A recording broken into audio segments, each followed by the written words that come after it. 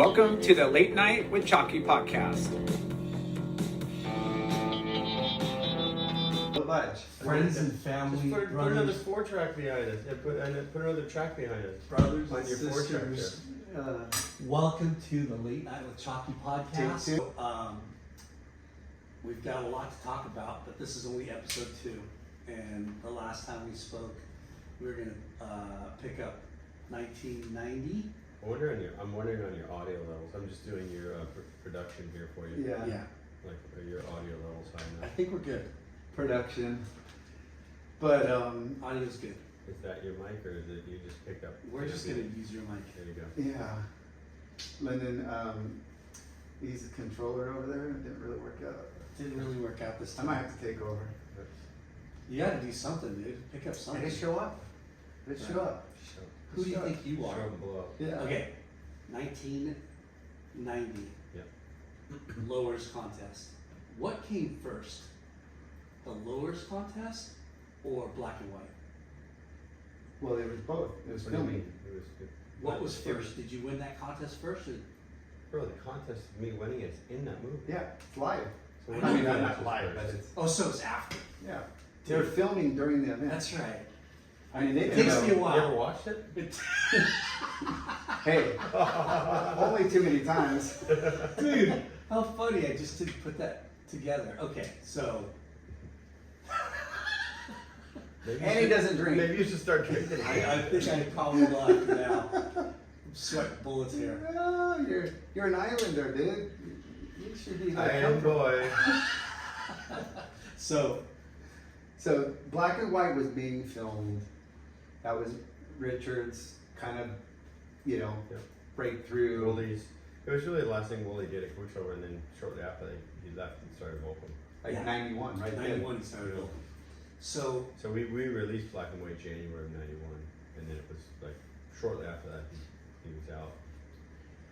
I think he saw the congestion in the upper management of Quicksilver and didn't think he was gonna like get through the line there.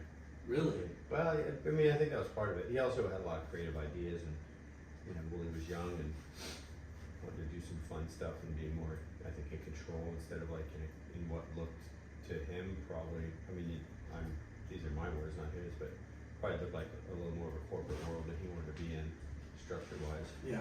Well, And I think he saw this sort of other outlet where there was, more snowboarding, more music involved, a little more skating involved. Yeah. more Yeah. raw.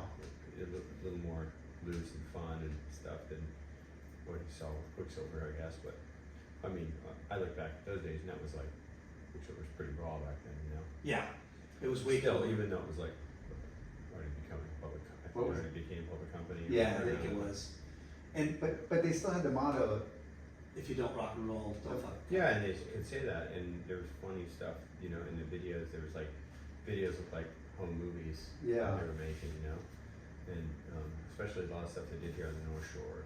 It was still just pretty raw and grassroots and stuff, Well, they started off. I mean, this is about Wooly, but at that time there was a lot of emerging brands and people trying to, S&P was out and Split. There was like a whole movement of World Jungle, World Jungle Culture, Yeah. culture, Yeah, all of the. It Well, was Ezekiel was even later. That was like late '90s or early 2000s. Oh, it was. no, because I wrote Late. for them in '95. Was it that early? Yeah. I think it was a little later because Ross started riding for them in like '02, and Vinny was there. Mm-hmm. Yeah, Vinny started it. Still running the show. Yeah. So Vinny kind of signed him up. But for some reason in my head, I thought it was a little later than mid '90s. So 1990, you win the Bud Tour. Did you have any other big wins on your belt before that? Like on the That Pro was the Tour? kickoff, huh? You won Well, that it. was my first win as a pro. I had won some pro events as an amateur a couple times, like East Coast events and stuff. Okay. Yeah, I remember you weren't a big NSSA guy. I was not. Yeah. No, I had a real thing against the NSA, to be honest. Yeah, I remember that. Yeah, and it was really specifically because of one event that happened with Ian Cairns, where did we talk about this A before? little bit. Yeah, I mean, long story short, we were surfing the U.S. team trials at Santa Clara and Ventura, and basically all the East Coasters, except for Todd Holland, were all ESA. Todd was NSSA. Todd and Sean we had been really close friends, teammates in a surf shop back in Florida from the time I was 10 years old with Dick Tree. And it was me, Sean, Todd Holland, and then Sean O'Hare, Troy Cropper, and a kid named Randy Sanders, and we were like our own little team. And so we all kind of grew up surfing together and having fun. And then something happened between Sean and Todd in high school, and they became pretty much like rival kind of arch enemies. And so around that time, we were surfing trials. I was 14, Todd and Sean would have been 17, and it was 3 events, and you take total points from 3 events, and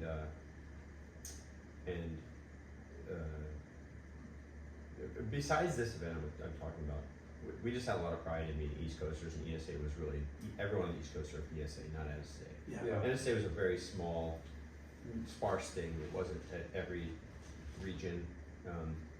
Up and down the coast. Up and down the coast, and it was really kind of known and seen as a California association. Yeah. And it was much more important in California, and maybe even to some degree, not in Hawaii, but for the Hawaiians back then. And but anyways, we're surfing these trials, and I got first in the first trial and third in the second trial, so I made the team already.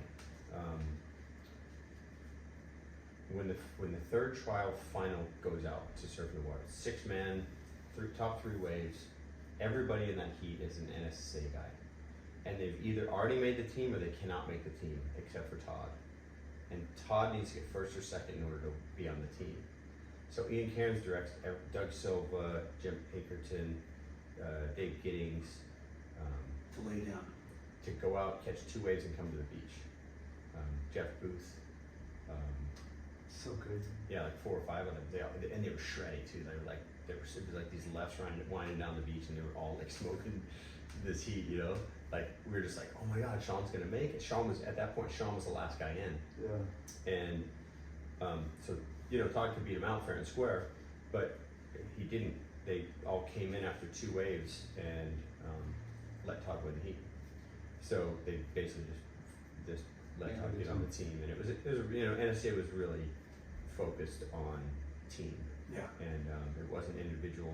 PT and Ian really, they had a real formulaic kind of approach to surfing heats. It was like one big turn and then make your wave. And so to me it was like almost an insult to creativity and A individualism. little more robotic almost. Like, Yeah, you know. but you know, it created the Jeff Booths and Doug Silvas, like those guys all came up through that and were Yeah. amazing competitors and great surfers.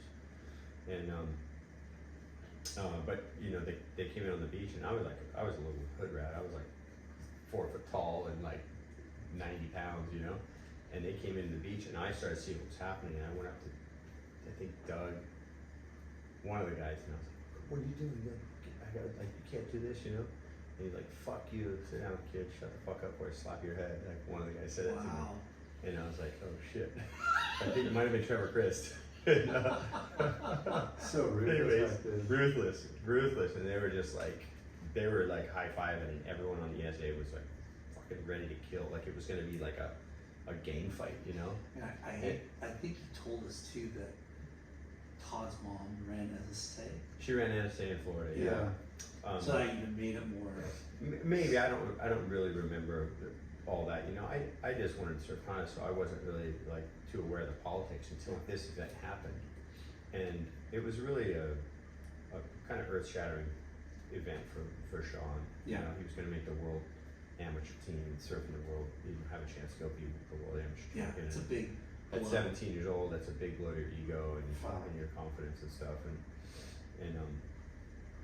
so we came on the beach, and I've never seen a more tense awards ceremony, because like literally it was like all the East Coasters were ready to fight all the West Coasters. And it was We like, need to bring that back. I know, yeah, right? it was We're like, Tigers clubs. We need it was some. like on, you know, I mean, it sucks to be in that position where that is Well- make or break for yourself, but to have that. I think the thing that sucks is you got an Australian guy running a team that's directing these guys, and they were scared to go against Ian. Yeah. is really what it was. And so they all just listened because Ian like he ruled with an iron fist. Like I honestly think that there was like a little bit of abuse and stuff that went on in that team, and I mean, I'm sure this stuff will come out and be kind of controversial here or whatever what I'm saying, but you know, maybe you don't have words with me, but these were the things that were spoken about back then amongst the kids, you know,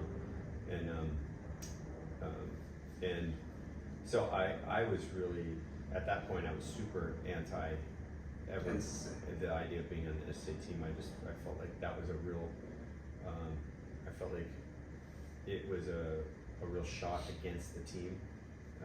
But it was kind of short-lived, like that NSSA national But team. the national team was a big thing in the 80s, man. Yeah. It was like, if you made the national team and they actually, huge logos and yeah, they actually, corporate sponsor, well, not a corporate, but they were all sponsored by OP or Body Glove. yeah, or, OP, I think, and they actually asked me and Sean to be on the NSA team one of those summers, and we turned it down. And I think Sonny was still the other guy who turned it down. I believe Sonny Garcia turned it down too. And that was when like HSA was a big thing too, you know. So it was like HSA, WSA, ESA were all kind of big deals, and then NSA was like kind of the only one that was on all across America. But NSA was really seen as like a California team, more or less. And they, you know, they had the better surfers than we had on the East Coast in general. You know, they had more good guys in California than there were in Florida and on the East Coast overall. But the ESA team was pretty strong, though. And, it's crazy because they just had that Carolyn Marks thing, right, in Florida. What is it, no contest? Stab. And they talk about how many more world champions Florida or East Coast has produced. Than California, than anywhere in the world. Well, yeah, we've had a lot. Like a lot more than Yeah. everywhere. 11 of them. Just This guy. Just you and Lisa. Yeah, we've had 22 world titles. Yeah, I think that's something it. like that. So So wild. going back to 1990, I know it's way back there, but that Well, contest. what I was talking about in that was 86. Yeah. That goes way back. So 1990, that lowers contest because the year before Christian won, right? Yeah. And it was 30 grand, something like The that. surf bouts were all about Yeah, 30. Christian won like $30 grand. I won $30,600.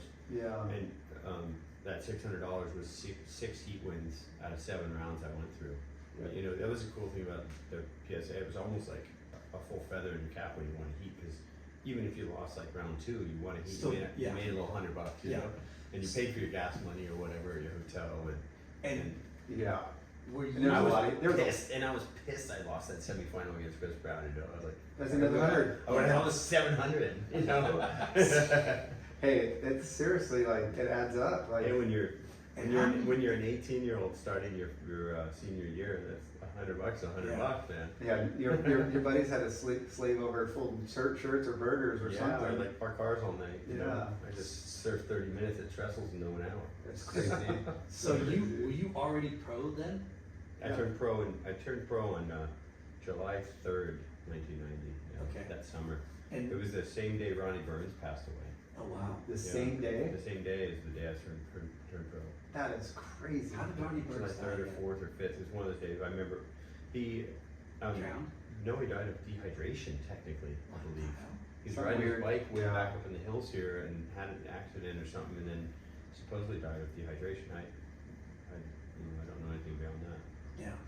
He So was you supposedly he was in some area he couldn't get back out of with his bike and stuff. He was trying and trying. Oh, wow. That was what I heard. But Heat exhaustion and then Heat couldn't. exhaustion, yeah. Middle of summer, all that gear on. Yeah. I mean, I could be wrong about that. I hate to be wrong about that, but that's what I heard. Yeah. So I know that there was like, I don't know if we talked about this before, I'm pretty sure we didn't, but there was a big, like, fight for your sponsorship, right? Like, or you had choices to make. 'Cause When I turned Gotcha, pro? yeah, Well, there wasn't a big fight in the end. I rode when I was up until the time I was 16. I rode for for Sunday, and O'Neill for the time was like 12 to 16, and that was all tied in with ESA All Stars and all that stuff. And then I turned 17 and I started riding Al's boards that year, 16, 17. I started riding Al's boards. I got sponsored by OP and Rip Curl for a year. I had 1 year contract with each of them because I was gonna turn pro, and we figured just do 1 year, and then when I turned pro, kind of renegotiate, and maybe I can go win the World Amateur. And who's negotiating for you at that time? I had a manager, Oh, right. Brian Taylor at that time, yeah. How did he come into the picture? Brian contacted my mom when I was about 14, and he wanted to manage Sean and I, and he had just sort of seen us and heard about it. But he was like a Hollywood manager type. He wanted to manage actors. Wow, and so stuff. he sought you out way before you blew up. Yeah. I mean, you were already, like, everyone knew you were going to be somebody. Yeah. But for him to see that, he didn't surf though, did he? Didn't surf, no. But he surfing, just saw the talent. Well, he wanted me to be an actor. He actually used to tell my mom, and he even said it to me. He said, one day people are going to look back and remember that and go, like, oh my gosh, Kelly Slater surfed. wow. And I'm like, bro, you got the wrong guy here. What a trip. And that became too obvious in later years. So. But still, how crazy smart, he was to seek you out and saw that. Because I mean, that's funny that he saw Kelly as an actor, not a surfer. But he also managed, like, he came on and obviously you probably helped him recruit other surfers, right? Yeah. Like Kalani was another prodigy, Yeah. a lot younger. Did Shout out you to him. Rob? Yeah, unfortunately I did. Yeah. Rob, Kalani, Bobby. Oh, Bobby Martinez too, yeah. Carissa. I And, mean, the list goes on. There's quite a few people, and no actors out of that group either. Yeah. Yeah. That is such Well, a trip. he got kind of connected in with Janice Aragon, and she started kind of like filtering, the talent. the surfers, the good young surfers, and Yeah. and 9-time national champion in 4 divisions. He's probably pretty reliable. He's probably gonna be good. I'm speaking of Kalani or Yeah. Rob or Yeah. these guys that were just machines in there. yeah. But So he picked you up at 17. Yeah, Okay. yeah. And then No, at 14. I was 14. Sean was 17. wow. My mom didn't trust any Californians. Why That's a would big you? thing. She's like, I hate Californians, and so she's like, I don't trust anyone out there. But this guy contacted me out of the blue and found my number, and he's spent a lot of time talking to me on the phone, so I trust him, Yeah. That kind of thing. So when did you start seeing like money? When I was, when I was 15, I started making like $100, $105 a week from Sunday. From Sunday. Yeah, Okay. when I was 15 or about 15. better than a paper route. Yeah. Yeah, and so that $100, I could make in 30 minutes in a PSAA heat. Yeah. I was getting that per week from Sunday when I was about 15. Was like board sponsor, like were you able to get like handful of boards? Because I tell all the Keck kids, was my I tell all the kids now, I'm like, we just had like 1 board. Well, and I would get a board every 6 months kind of thing. No, but Yeah. like, But Matt Keckley was my guy, and Yeah. for years, Matt shaped my boards for 4 years. But we're so spoiled that like, oh, I got a board for like under 2 feet and then like Now chest it's- high, head high, you have Bro, all these. I have a garage full of, I have 4 garages full of hundreds of surfboards. So- Like, I have a storage I have a storage that probably has, in California, I got a storage in my house that's probably got 30 or 40, but I got a storage with like, I must have like at least 40 Channel Islands. But like Back in the day, plus I'm putting another 20 in there this week that But were old boards I had. memorable like moment boards or like. I got quite a few of those. I got like pipe masters boards. And Yeah, stuff. see, that's cool. But most of my winningest boards, like one of my winningest boards was a Simon. And Yeah. when it finally was kind of dead, I gave it back to Simon, and I think it's in the shaping room. The one they buckled 3 times and. Yeah, I did all sorts of stuff. But I won J Bay, I won Bells, I won Trestles, I won a bunch of contests on that board. That was And- kind of, intense with like, you know, everybody, oh, Kelly's on a different board, he's covering You know what logos. though? Not really, because Al came down to watch me surf trestles in the World Tour event in early 2000s, maybe 03 or 05, whatever it was. And I was riding with Simon, and as he came down to my heat, and I was like, hey, I just gotta say, I'm like super sorry, I'm riding this Simon board, it feels really good. Al goes, you gotta ride what you need to win, just go win your That's heat. epic. Yeah. And like there was That no just- other issue beyond that, you know, and Al just was always that way with me. Al's personal and business, he always just went, you know, go do business, and that's not gonna hurt me personally at all. That's And, rad. you know, Yeah. when I left Channel Islands and we went and bought Firewire, and I moved over there, I called Al and I said, I literally can't do this deal or won't do this deal without your blessing. And he goes, hey, business is business, and you just do what is right for you. And I'll be fine. he goes, nothing changes with us, you know. He's like, same thing. Except in. That's a good human right He's there. so rad. Yeah, Al's the best guy in the world. But to take that off, like the stress, I mean, the confidence boost. Well, I Al. called him and I'm like, this is a make or break deal, because if he's even a hint bummed, I can't do this, because like I can't upset Al, you know. Yeah. Like on a personal level, it would be too hard for me. He's like I a father. found it was right? actually harder for me to leave Channel Islands than it was to leave Quicksilver. To be So perfectly that- honest. Yeah. That Simon, you know, there's boards specifically like, hey, I'm going to this place. You know, whether it's the curved outline, the floor, whatever is in that flat board. rocker, or a little Like, something, yeah. you always have these little tweaks. I always try to grab boards from local Local shapers shapers. wherever we're at. Mhm. But like, how do you? I think that's less important nowadays. Yeah. Because, you know, I have this kind of theory that surfing was, even though surfing is so much more advanced and evolved and better now than it ever was, Yeah. surfing was super cool and interesting in the 80s when you didn't see videos of everyone every day on their Instagram or social media, YouTube, or live on the internet or Yeah. whatever. And each pocket of area, like before people really traveled lots, you know, like I travel all year now, right? Yeah. And I have for 30 years, but 30 years ago, world tour guys would go to surf spots for contests, but they weren't going to the Mentawais, they weren't No. going to this place, they weren't filming it all. And you know, now it's so homogenized down to like the best of the best that you see every day. Yeah. And back then you had like, you could go through the spots in the world that were good. So you had Gold Coast, it had a lot of good surfers. You had Sydney, like Narrabeen area, especially, and maybe Coronella, but that Yeah. whole area, you consider those guys all surf around each other, and, Yeah. and they're sort of influenced by each other. You had probably Torquay, Bells area. Yeah, a couple hot spots. Yeah, all hot all spots. Australia. Yeah, a little bit of, you know, got Yeah. Margaret's or whatever, but then you could come to the States and you got basically Hawaii, Yeah. you know, you got, and then you had South Shore guys and North Shore guys, and then you go to California, if you go down the coast, you got Santa Cruz, you had Santa Barbara, you had, you know, Ventura and Santa Barbara, almost the Yeah, same, that's same the guys, same. they were all on Merrick's, trying to surf like Curran and Scott Lake, remember that kind of stuff? Yeah. And, Just And, all arms like. but then you had Huntington, and then you had, say, Trestles, Sacramento guys, Yeah. and then San Diego guys. And then on the East Coast, you had a few hotbeds, like there was kind of Virginia Beach, Smyrna, and Cocoa Beach, Sebastian area. And so each of those each of those waves around the world, they're different waves, different approaches, different rockers, totally different board designs, For fins, sure. bottom curves. And so those boards were developed for those types of waves based on what worked good in those waves. And so people's style followed that too, their approach to how they wrote a wave.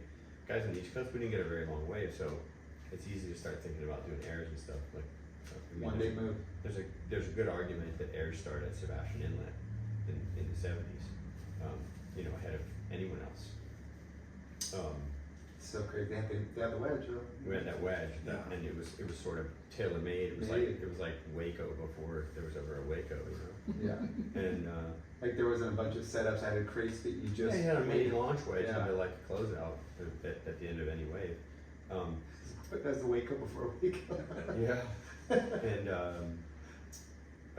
so my point being that, and that period of time, the 80s was going from singles to twins to thrusters. So A lot of progressive. you still had single fins on tour, you still had twin fins on tour, then you had thrusters on tour all through the 80s.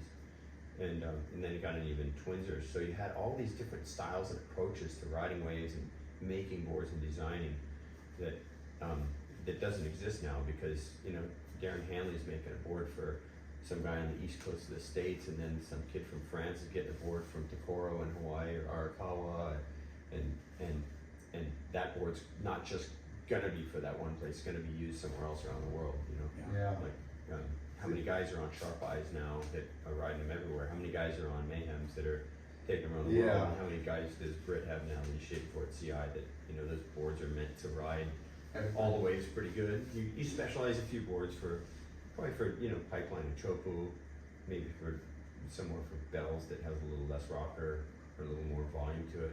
But overall, the boards are designed to be like, this can work pretty much anywhere. Yeah. And now, because of our travel plans and what surfing is and how visible all the footage is, everyone's gotta be good at everything. And So you're crazy, yeah. not surfing one style of board, one place all the time. So, you're chasing it and trying to do it all. And everyone wants to be good at all the things, but So it was going- kind of cool when everyone had different designs and different styles and different approaches to riding waves. So Oh, kind of my point.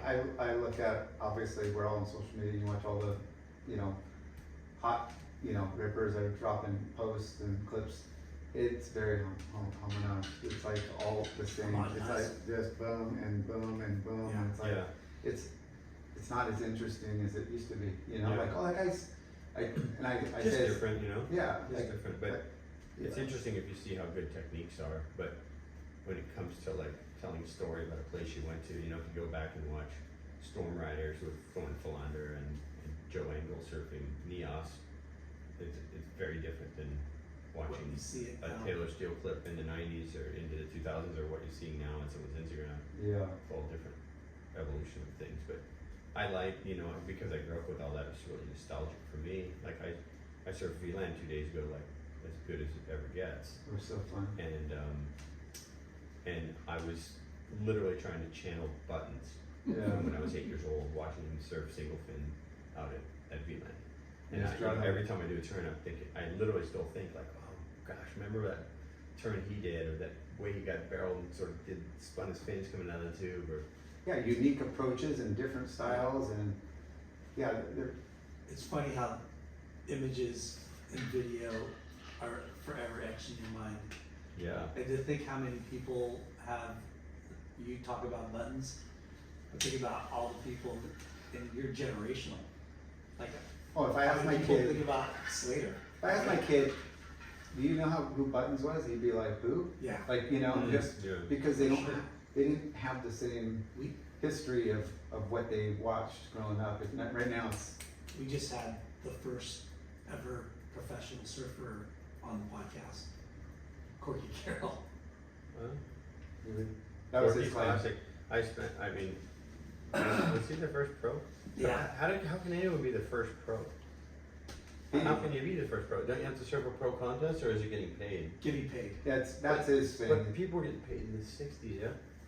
Even He I don't know. I wonder. I don't know. I love Corky. Yeah. But I grew up around Corky actually because he was on Sun Deck. oh yeah. He'd come to Florida and stay at Bill Yerke's house, and I spent a lot of time around him when I was very young, 12 years old or something. Yeah, he's a character.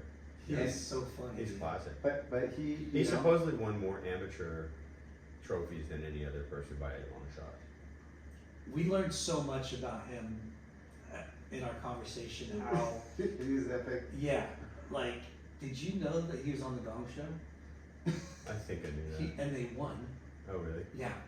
And you know that he did all those light beer commercials? Miller Lite, yeah. And then he's the one that told Nancy Caton and her husband to make board shorts. Oh, wow. Yeah, because he lived at Surfside. He lived across the street. Yeah. Corky lives at Surfside? No, Yeah, back in that's the where he day. grew up. Really? Oh, wow. Yeah. I didn't know. That's Anyways, it's just like, I have some great memories from Surfside back being a kid, Yeah, you told us last time. It's just that wedge too reminded me of Sebastian. So cool. good. I gotta hang surf here. It still happens. It It does. still happens. They had dredge and move some sand every once in a while to kind of keep it, Oh yeah. the houses from washing away. But Okay, back to 1990. Lowers contest, big one. You surfed through 7 heats. Mm-hmm. And was it as big of a deal that it seemed like it was? Like winning, because there's a lot of PSAs or Bud Tour events, but that's Yeah, like but the that's surf the out. one. That's the one. That was the one one. you want to win, yeah. And I mean, if you're picking one. And Boothie won like two at Creek. He won at least One- one at Creek. One Yeah. and one. Then Fletcher won the next year, and then Because that was the biggest prize purse. it was, yeah, yeah, the Body Glove Surf Bout, Yeah. Yeah. right? Yeah. yeah, it was great. Great. I've just been in contact with Ronnie Maestro recently, who Ronnie was running all those contests, and they're putting him in a Hall of Fame thing or something. Yeah, Spider Yeah. Fest. We're gonna be up there Yeah. next He asked me week. for a quote, so I wrote some nice stuff about him. Oh, rad. And They've done so much for the sport. Yeah. it was- yeah, I mean, I like I say in this quote, I felt like even though Ronnie didn't sponsor me, I felt like he was in my corner because, he made this platform for all of us. Look how many guys in the early 90s out of the States, after having like almost no one on tour from the States, look how many guys qualified. My generation, we all came up through PSAA contests. Yeah. We're a huge hotbed of talent. I think really because of the PSAA, like I think we need another national tour to like start We stepping keep up. talking about Yeah. that. Yeah. I was like a couple of years behind you, but I watched like all my friends and peers like jump on tour within like Yeah. 2 or 3 years, from 90 to 92, and I graduated in 93, and I watched. Yeah. Well, I was pretty much the first guy on tour because I was the oldest. Yeah. Well, me and Pat and Taylor Knox were the oldest, and then Rob, by like, and about a Beshin. year to 3 years from like Benji, Rob, etc. But yeah, so I got on. I started in '91 a little bit. I was on the tour in '92, and then '93, '94, all those guys filtered in real quick. Yeah. And then '95, Kalani was on tour. He was 17. Wrong. No, I Like, know. people talk about the youngest guy on tour, and Taj qualified for the tour And that he year skipped and it. turned it down. But 16, I right? want to say 17, but maybe 16. I think 17, but He's all, I'm not ready, and we were blown away. I want like, to say, I still want to say Kalani's the youngest man ever on tour, youngest guy to qualify or be there or whatever. Yeah. Since qualifying days. I mean, you could. I mean, yeah, Eggers was on tour at 16 or something. and, He turned and pro. Potter was like, Fox was on tour at 14. yeah. Oh, and But shit. that was just because you could just travel and enter any contest in the trials. it wasn't like a. But Fox was like straight up as good as like all the older guys. Yeah. It's crazy. Yeah, he I was- watch a lot of old footage because I find it more interesting and more my era. I'll take one of those. Gummies? No, actually, I got another beer. I'll have one after. But it's, But you should have a couple of those. Just kidding. but it's, yeah, I'm gonna cut They're that part they're, out. they're breath mints, you guys. yeah. And then you got these, but it's, Tom Kern was the California or the US, like, he was mad.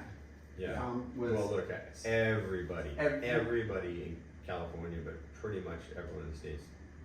But in California, everyone emulated Tom's style. For sure. Yeah. Like, and I don't care if you're from San Diego or Santa Cruz, No. or even some Mr. dude up in NorCal. People were copying with the way Tom held his arms, Oh. turn and stuff, and it was just The head snaps. yeah. Everything. And then you had like guys in Hawaii. Matty Leo was a full current clone, trying to put the arms in the exact same place. I was doing the same thing in the East Coast with a bunch of my buddies. I was for some reason this popped up in my head.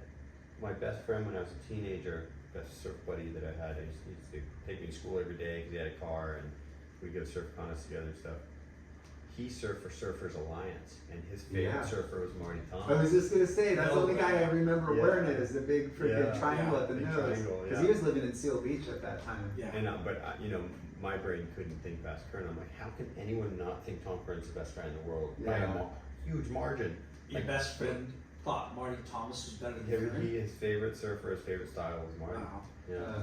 They'll I look don't at- think- they'll look yeah, at you Even that- Marty seemed like he emulated Kern a little He bit. did. Yeah, for sure. for sure. But watching that old footage, it's like, again, you surfed a lot like Tom in a lot of ways, but a lot of Martin Potter. Yeah, a I was lot. super positive. I might, Sean Thompson too? maybe a little bit. I wasn't honestly. I love Sean, and he's just awesome. But I wasn't like a huge As an older fan. I mean, I obviously had huge respect for Sean, and his barrel riding I thought was the best in the world when I was a kid. But I didn't really like try to emulate his style at all. It was like, it was Potts and Curran for me with some Tom Carroll and Tom Curran, sorry, it was Curran and Potts for me, and then there was, like, obviously Buttons was even before that, but then there was some Tom Carroll and Aki thrown in. Yeah. Where I like their backhand surfing a lot. And But that footage that you're in the spring suit with the booties, yeah, that's when I was 13 or 14. if you look, your style was more Curran, but some hints of, no, it seemed like, Sean. yeah. Oh, the way I worked the board. Yeah. And I've watched that footage recently, and that was what happened was that winter I started wearing booties, and I was like, whoa, I'm not cold, and it was like a really cold winter in Florida for Florida, And glued to the board. which is maybe water might dip in the 50s, possibly, but I ended up booties, but I was glued to the board. That was the thing. Yeah. And I got so used to my feet being locked in on the wax that I couldn't get the booties off. And so I surfed the booties all the way into, I was happy when I got to California because I could still wear booties in the summer. Easy, But rat boy. But I started wearing booties straight through spring suit weather, no Yeah. problem. And I was just like, I'm gripping the board. I mean, look, half the guys on tour were wearing gloves then too, so, I mean, webs, not TFLs. gloves. Yeah. Yeah. So- That's a big rivalry right there. TFLs and Web. Apes with Skeletor. Skeletor apes, yeah. Definitely. And the But no, But TFLs, what was Lambresi wearing? Slam Breezy. I think he's wearing apes, Yeah. Oh, yeah. but the TFLs were Rubber. Yeah, they're fucking and they weird. ripped. Yeah. Like people would rip them Mm. Yeah. all the time. They're cheap. So going back to lowers and black and white, This guy Dude, still. we're an hour in. I'm Yeah. past that. dude, No, he wants. it's a this. big deal, bro. Yeah. Black and Well, white. How about like? It was crazy because I remember being 17 the year before and being on the beach and watching guys surf. And I'm like, fuck, I can win these heats. I know it, but I blew it. I surfed a shitty heat and caught the wrong waves. Then that was the year Fletcher won, and or it might have been, was that the year Boothie won? I think Boothie won the year before, and then Fletcher won Yeah. that one, in 90, 90, and then the next year I was just like, I was super dialed in on my board. And we were really getting into like these tail slide things after carving, kind of hitting the lip into a carve and then throwing the tail out, and kind of drifting backwards, and that was becoming like a go-to maneuver for me on every wave. I'd figure out how and where I could do that, what angle I'd come off the bottom, and what speed I'd need to be still kind of going down the line, and where my weight would go into my front foot, and I was like, we'd film each other at Sebastian. And there would be these like wedge sections into like a little whitewash coming at you, and so we'd hit it and just like throw the tail and spin backwards and then ride it back out. And it was kind of influenced by this guy named John Holman a little bit, because Holman used to do these ollie hop airs in like '79. He was doing them. So No weird. joke. He was doing 360 airs in the late '70s. Wow. Only front side, but they were basically an ollie hop, and he would spin, and he was on a twin fin, so it would just rotate. I mean, probably a good argument that he might have been doing some of the first airs ever done. Yeah. Real skate influence, like, just like an ollie hop kind of thing. Yeah. But, so we already had this kind of like, we were doing those when we were young. But then the air reverse, like a proper like hit the lip and do an air, it didn't happen until years later. That was like around '89 is when that started kind of happening. But, 360s were so big, and then like seeing the first reverse Yeah. was like Game changer. what? Like you went the opposite well, way of like. I did a front side reverse and a back side reverse at Oceanside at the contest at the Lights of Beach where I turned pro, and I won the Was that expression before or session. after? Oh, that's before It lowers. was before, a couple months before. It was right when I was about to sign with Quick, before I signed with Quick. And you did it in the heat or And just then- practice? No, I did an expression session. I won the expression session because that was like such a big thing. I did an air that was probably like this high out, like not even a foot. We talk about that. They don't have Like a enough shock of those out. anymore. Like a shock out. Yeah, credit card. Yeah, and then and then I did the front side and back side reverse, and I remember like people were, I've never seen, like Pauline Mentor said something like that, I've never seen surfing like that before or something. And to me at the time, I felt like this is cool. We're like on the cutting edge of doing some radical stuff, but it's funny when you look back now and you're like, it's like no one even bothers with those things now. Yeah. Like unless they're like power snap into one. They're so like you get deducted. Like I think guys now are trying to hold it. Like what you were talking to carve into like a Yeah. float tail. Yeah. Because I feel like if you do spin it, you lose You lose points now. Maybe. Maybe if it's. Maybe, but- I don't know. I just watched that contest at Surf City, and I was watching, El Salvador. I was like, I can't believe some of these scores are like, what do you have to do to get over fucking 7-5? They were holding it back. I was like, tripping. what the I was fuck? going, dude, that was a 7. I saw somebody surf that hit really good and they got a 6 points on Yeah. that. Yeah. Wow. I Almost mean, every score was like under 7. I was like, Yeah. what I'm the like, hell? what the fuck? and then sometimes they'll just like want to go 8-5 or 8-6-7 and you're like, wow, I didn't think it was that really much better than the 7. Yeah. So, black and white. Did you know that movie was gonna be what the fuck it was? Or is? Black and white was intended to be like a 5-minute, maximum 10-minute clip to kind of just introduce that I joined the team. And as we started to film it, I mean, the first footage that got in there was from that Lysa Beach, but I hadn't signed with Quick yet. I had just done a trip. It was just after that I flew down to Mexico. Cabo? I surfed at Lysa Beach, and then I flew down to mainland Mex with Dean Randazzo and Aaron Chang and Al Cleland Sr. Oh wow. And we went and surfed down there and got some really good waves. And the manager said, just go to Mexico. When you get back, I'll have a contract for you. So getting back to your point about the contract, come back and I was like, okay, it's gonna be gotcha or OP, and I really hope it's gotcha. Yeah. So I already, when I was 16, before when I went from Sundeck and I went on to OP, in the interim there, I actually got a full wardrobe of gotcha clothes. They sent me all this stuff. I had like this shirt that had a million peace signs on it, and like Dude, all these funky gotcha was clothes. That's a Gotcha hook, was shit, hook, line, and sinker Gotcha right there. We're gonna was get you a shit. box of Yeah, they clothes. sent me you're like a gonna box fry. of clothes. I was all gotcha'd out. Then they put me in Surfers the movie that winter. I was out of contract. Dude, Yeah, and that part too was insane. that was on like some of the, not the first board I got from Al, but like the second batch of boards I ever got from Al. With the 1988. hairspray that Yeah, like the red, the green, and that one, and blue on that one. But those they- turns they- in that they look were so like sick. well, the airbrush was basically like an arrow, Mhm. Yeah. like, and then Carissa has adopted that. She adopted that airbrush later on, and I think a lot of had people airbrush for a long had time. it at some shape. But that was like 20 years later, Yeah. and I didn't realize literally for years after she had it, I'm like, oh my god, this is the same shape of airbrush I had on my boards in my original like first maybe half a dozen boards Yeah. From Al, there was a guy named Cliff who did airbrushing at CI, and he would just make me these airbrushes and bust. I didn't really ever order one. I just They just like do yeah, something, and he would yeah. just come up with these shapes and ideas and colors, That's kind of cool. Yeah. Because you don't, it gets, you always, in the magazines, you're like, oh, I want that. I had a Tom Carroll air spray. I had probably a Potter. Potter, I yeah. had the pots one. But was the Wave Warriors Cabo like contest, when they were going down to Cabo Classic. the Yeah. Cabo, was that around the They same? won that a bunch of times. That too. was gosh, honestly I forget if that was that same summer. Because zippers, No, I remember it was you- that had to be 92 or 93, 92 or 3 because oh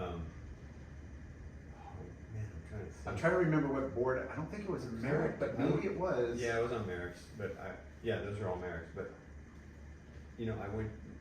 Maybe I hadn't signed with Quick yet, but I was just. No, yeah. So I don't think you had a quick logo. I think it was this. logo, yeah. Maybe it was this Merrick. Because Ronnie and Rusty Philippi made me a pair of surf trunks because I didn't have any trunks, and they were doing their on fire gear or whatever. You remember those guys? No. You know Ronnie and Rusty, Rob's best buddies. They were in Sack Lunch with Rob. Okay. They're like I know who they are, but I yeah, don't they remember. made boards. They had a company called On Fire, and they were close to the Bubblegum guys, and so they made some clothes for another brand too. But they made me a pair of surf trunks, and they were like, what'd be cool is if we just wrote "I don't even care" on your trunks, because everyone was talking about my contract negotiations, and I'm like, yeah, dude, it's like they did this. I don't even care was written on my trunks, and there was an article I about. almost remember that. Well, there's an article, a picture of me doing a floater on like a barrel and wave and down in Cabo, and you were talking about my contract negotiations after I signed with Quick, and on the back it says I don't even care on my trunks, that was the whole thing. Like, Yeah. obviously I cared, but it was kind of funny because I was like not too worried about it. We were just like, okay, something's gonna happen. So I go to Mexico, I come back, and I called Brian and I'm like, so what's the deal? He's like, well, you're not gonna believe it. In the 11th hour, Quicksilver came in the game and they gave you a much better contract than either of the other guys were even offering. And I was like, I'm with Quick? He's like, yeah. I was just like, fuck yeah. I was so stoked. It was like, that was who I wanted to be with, but I didn't even know they were gonna make a pitch for me. Really? Yeah, and I thought Gosh was cool because they had the best surf team ever, but Yeah. I wanted to be on Quicksilver. And when I was 10 years old, I met Jeff Hackman and Danny Kwok in Florida, and they gave me a pair of surf trunks. And Quicksilver was just like the shit for me. Yeah. You know. And Carroll was riding for. Didn't they do the $1 million thing? They did, and he won 83 and 84. He won the world titles. Yeah. He was signed to Instinct for 2 years. Then he was not on Quicksilver ever when he won a world title. Oh, no way. No, he won them riding for Instinct. That's wild. He left Quicksilver for 2 years. Once the Instinct came back, and they gave him a 5-year, $1 million I contract. didn't know that. Yeah. I remember him riding for Instinct, but I didn't know. I thought he was always world champion with. Yeah. Instinct. 2 Gonna have to years. go. How Gonna have to go look at those photos of the Burn logo and then what was below Instinct. Yeah. Yeah. Now that I think about it. Yeah. Instinct and Qantas. He had a Qantas sponsor at one point. That's a Take good that. sponsor. Yeah. Great sponsor, man. So, Quicksilver, what was the contract? How much? I think it was about 75 or 100 grand first year. I don't remember. Which that was was huge. I honestly don't remember, but it would, and then it would go up by like 25 or 50,000 each year after, and it was a 3-year contract from memory, but it may have been 5, but I think it was a 3-year contract. And it had bonuses for like if you won a world title and like already baked in, and I wasn't even on tour yet. But then when I won the world title, I forget, I got 50 or 100 grand extra for Bonus. that. The bonus, yeah. And was ASP giving out a bonus as well? I think they were paying us Like a something, there was like- stipend of some sort, yeah. Yeah, I don't know. because I remember like guys talking about it. It's like, oh yeah, you know, sponsors, and then. I mean, ASP we were still getting, $25 for a quarter page black and white, you know what I mean? Oh, milking it for sure. And you'd have to send it in and get it, like, Yeah. you know? I don't know, It's it's like, a little it's like blurry. sending it, it's like Can't sending really in a receipt for like a hotel or something now. Reimbursement. For your reimbursement for your work trip. It's not Back really. then, that's kind of what it It's was. not really legible. I don't know. Yeah, no, and then you'd have this whole debate with your sponsor, like, what? Luckily, I didn't get too My- stuck and tied up in that, but as I started to like actually get a good contract, it wasn't about like how many photos I got. They're like, we're gonna just fucking pay you if you're worried Yeah. about $1,000 for a picture in a magazine. Yeah. No, but it'd be like there's a photo of me with my name, and 3 pages later there's an ad with me in the come on, you're not gonna. Yeah. You're not gonna, Lar had to fight for it. You did. dude. Well, a lot of guys had to fight for it, man. I mean, Yeah. there was a guy on the East Coast named Steven Lynch's. He was from Jersey, and he had like 16 sponsors or something. Yeah. Wow. It was like if you added it up. I remember Kleiny saying to me, he goes, dude, think about if he gets $100 from that guy and $300 from that guy and $500 from that guy, and he goes, let's just say that guy averages $200 from each sponsor per month. He goes, that's 17 sponsors times $200 is $3,500 a month he's getting. And I was like, fuck, that's pretty nuts. That's pretty But his good. logos went all the way down to like almost to his fins on the Was bottom he from board. Brazil? He was from New Jersey. He was way ahead of the curve on those guys. It went from a lot of logos to no logos Yeah. to now back to a lot of logos. Yeah. Or if you have a sponsor. Well, that Yeah. dude, I mean, yeah, I fuck, man. That's sad right now. yeah. So But if you're from Brazil, you got logos past the halfway mark. Yeah. You're 8 deep at least. You're I mean, Adriano had like 15 at one and point. I'm like, I good looked for at you. Adriano's board, I counted them up, and it was like 13 or 15 sponsors. Yeah. And I was just like, bro, that's like 25 stickers a board. Yeah. That takes you hours. That's like Yeah, one but board. you- You better come on a trip with like 2 boards. You don't want to have a quiver. You Yeah. have a quiver of 6 boards, and you got to put 6 boards is 150 stickers. think how much more it weighed. And that's For sure. and that's something personal where nobody else is sticking up your board. You're like, I'm fucking doing it. Isn't Yeah. that funny? Yeah, no, I'm not touching. You're not fucking touching my logos. Yeah. No, you were seeing it. It was a huge disrespect if somebody heard like someone else set your board up. Oh, fuck Yeah. that. When we were That Groms, would be. when we were Groms, we used to hear that Chris Lassen would pull up at Honolulu Bay, and his driver Wax his would board. wax his board. I don't know if it was ever true, but I- you lose I some bet- street I cred, bet and that for goes sure. down. You know? He was out there and he had the money. Did he live on the North Shore? Yeah, too? Sunset. Yeah. He had a place at Diamond Dude, Head. He had a place that over guy in was a Maui. mega millionaire. It was Mega crazy. million. Way back then, Yeah, I mean, being an artist. he was selling. He had his Mega. his art gallery up here in Hollywood, and they were just. I went in there a couple times. I was friends with Chris. I went in there a couple times and talked to people, and they're like, "Oh yeah, like we can't keep these things on the wall." Yeah. And they're like, That's so they were like bizarre. in Japan, they just added a zero on all of them and try to and they sell them. You know, Him and like if things Malin. 1,000 now that's Wyland? 2,000 or Wyland. Yeah. Yeah, those two were. They had a good. That was a crazy run for surf art. You know, like surf world. I guess. Yeah. It Water. was waves, you know, Yeah. whatever. But it was, but his. Didn't? I mean, he had a clothing Lassen brand, was. too? He did have clothing. He sponsored Conan. for years. Yeah. But Lassen was a freaking super talented artist, man. Yeah. He, like whether you like hyperrealism or not, go look at the quality of his paintings are incredible. Yeah. Rizal would stay at his house at Sunset, Oh yeah. and he'd be like, "Okay, Chris is coming. I got to go move to the back house." He would like live there The because West Wing. it wasn't that extravagant, but it was super nice. I mean, it Yeah, wasn't the this house was mansion, cool, yeah. but it was a really cool house. So you turned pro in 90, 91, 90. and then I still had a year of high school to go. oh, you still have I graduated at 19 years old, yeah. So I was back in school, started my senior year with a $30,000 check, $30,600. yeah, Yeah, And you're like- check and and you finished high school. And he's all, "I'm gonna go get a Honda Accord." No, I got that before. I got that when I was 17. Paid cash, 14 grand, boom. Like, holy So- shit, I got a car. So he'd come out to I got a speeding Huntington. ticket the next morning. He comes out to Huntington Good every time. summer, and he's got his Honda Accord over You there. drove- on a Prelude. Or Prelude. You sorry, drove yeah, across hatchback. country with that thing? Yeah, my mom and I did. She drove across country with me and flew on. The Prelude hatchback. So I was gonna go two-door. solo. I was gonna go with my girlfriend, my fiance at the time, and then we broke up and we couldn't make it. So I Fiancé. was like literally, like we had this trip planned across the country. We were gonna spend like a week driving across the country and then go to the US Open or OP Pro as it was, and then we just were fighting on the phone. That was it. It was like that was the end of our relationship Road right at trips. that time. And so my mom goes, "I'll drive with you." So because we were gonna drive out there, so my mom goes, "I'll drive with you." We drove there in 36 hours. Yeah. Wow. Just hammered it out, and then my mom flew home. It's epic. She wouldn't let me drive till That's a fucking far drive. That's a far Yeah. drive. Solo. yeah. Yeah.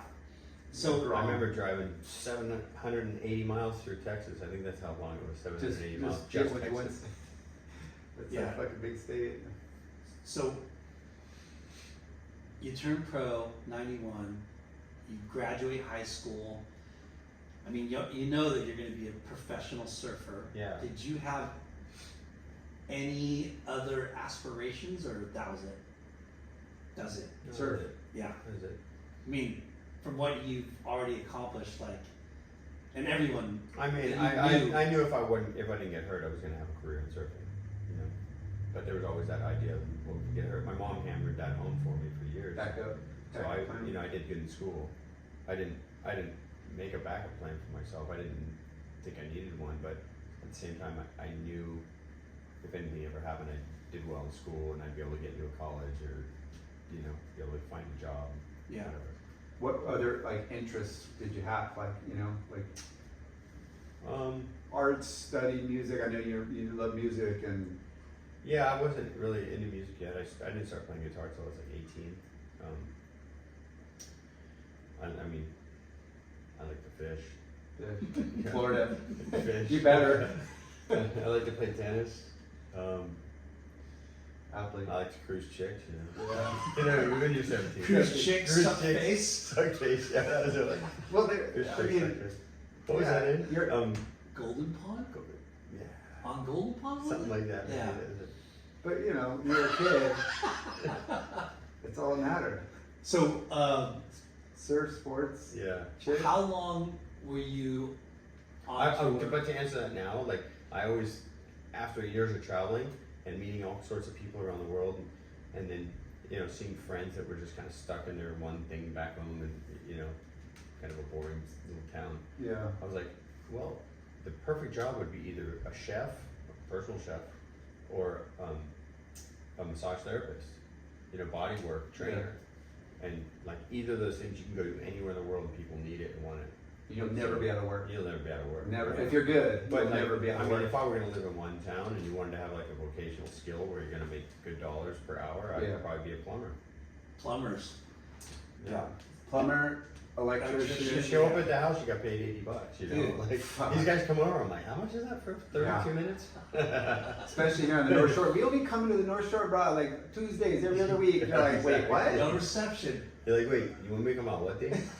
And then you'd be like, You know, well, this month. And they're like, I'll think about it. Yeah. I go You're like, I'll please do anything. My house is like drained, water's everywhere in the in floor. California, Yeah. there would be somebody in another area code. Be like, I'll be there in like 30 minutes. Yeah. No worries. Here, they're like, Yeah. I could slide Maybe. you in Next week. 2026. Oh, you're in the 561? You could be here in how long? Sweet, I'll see you in 40 minutes. Yeah, but yeah, I mean, a trade is, very commendable, reputable job that Oh, dude. they make. Now, when you say, The whole time you call a plumber, they're busy too. Yeah. Like there's not enough of them. No, It's crazy. or good ones, or reliable Yeah. ones. Yeah. But it's Welders, like all the old school man labor jobs, Mm. no one wants to do those. because they think it's like manual labor, and it is, but you also run your own Kill it. business. You kill it. You can work as much as you want, and you can take time off, or you can, so there's a lot of perks, but you gotta Yeah. pay your dues, you gotta learn the trade. Well, my buddy from school, his dad had the plumbing thing down in our town, and everyone needed that guy. Yeah. And there weren't enough of them around town for sure. And that's something that's never going to go away. Yeah. Plumbing's never going to go away. Yeah. Fuck no. Electric. You look at all the tech that goes on in this world that we've seen in the last 10, 15, 20 years, whatever. Yeah. Plumbing's still the same. Plumbing's Yeah. still the Fucking same. electrical's still the same. Houses, Plumbing's stuck in time. like, Yeah. like houses, all this shit is like still the same old, like, Yeah. I mean, yeah, anyways. So, when was your first world title, or let's say, when was your first big win after Lowers? After lowers. Because you have to do the trials. I'm trying to think whether I won any QSs before getting on tour. I don't remember if I did. My first big win, and then after that was like a year later, I won my first contest on tour. A year later. Well, no, it's 2 years later. I won. The Herbie thing. I just forget exactly which year that was. 91. The Cabo Classic? Yeah, I just don't know if I was already on Quick or not. I feel like I was just about time. I think it was still 1990. I just remember Yeah, I the, think it was 1990. But like, I don't remember. The surgery. 91. I was half the year I was in school. I got out and I surfed. I don't remember if there was an Oceanside event that year after Life's a Beach the year before. I got out of school and I surfed the Open Pro. It was my first event to be on tour that year. And then I had to make the top 44. So I had to surf half a year and make the top 44 to get on tour for the following year. And you did? I got 43rd. Wow. Yeah, Mungaberry got 44th. Kind of Michael Mungaberry? Mungaberry. And not only did he get 44th, he and I had a heat at Sunset that basically was determining who was making it on tour the next year. They still had pipe, but it was at Sunset, and Munga was outside the cut. And in our heat, he had caught one wave and ate it on the thing. And then it was like coming to the end of the heat, and you're gonna remember this exact wave, but Munga needed a score and the heat was almost over, and he flipped around under about a 10, 12 footer at Sunset. it's and on the just photo kept of going. like double page. It's one of mags. my all-time Yeah. favorite ever pictures, and he and I were basically right. I think he was just behind me. We were paddling, and I was like, I don't know if I'm gonna make it over this way. And he flipped it and went, and It made the tour. I just remember to make the tour, and I just remember thinking how gnarly that guy just sent it and just pulled it off. That's And bitchin'. Yeah, it was incredible. But I feel like I was part of like this History. this untold history. A lot of people don't know that story. I didn't know about it. Yeah, I remember probably the- never been written about, but I remember the photo. I had so much respect, and I felt like I was like, wow, I was in the water when that happened. That was Yeah. cool. The- Wow. Yeah. That was a like monumental, like. He actually didn't do anything else on the wave. He made the drop. Yeah. What was it? West swell.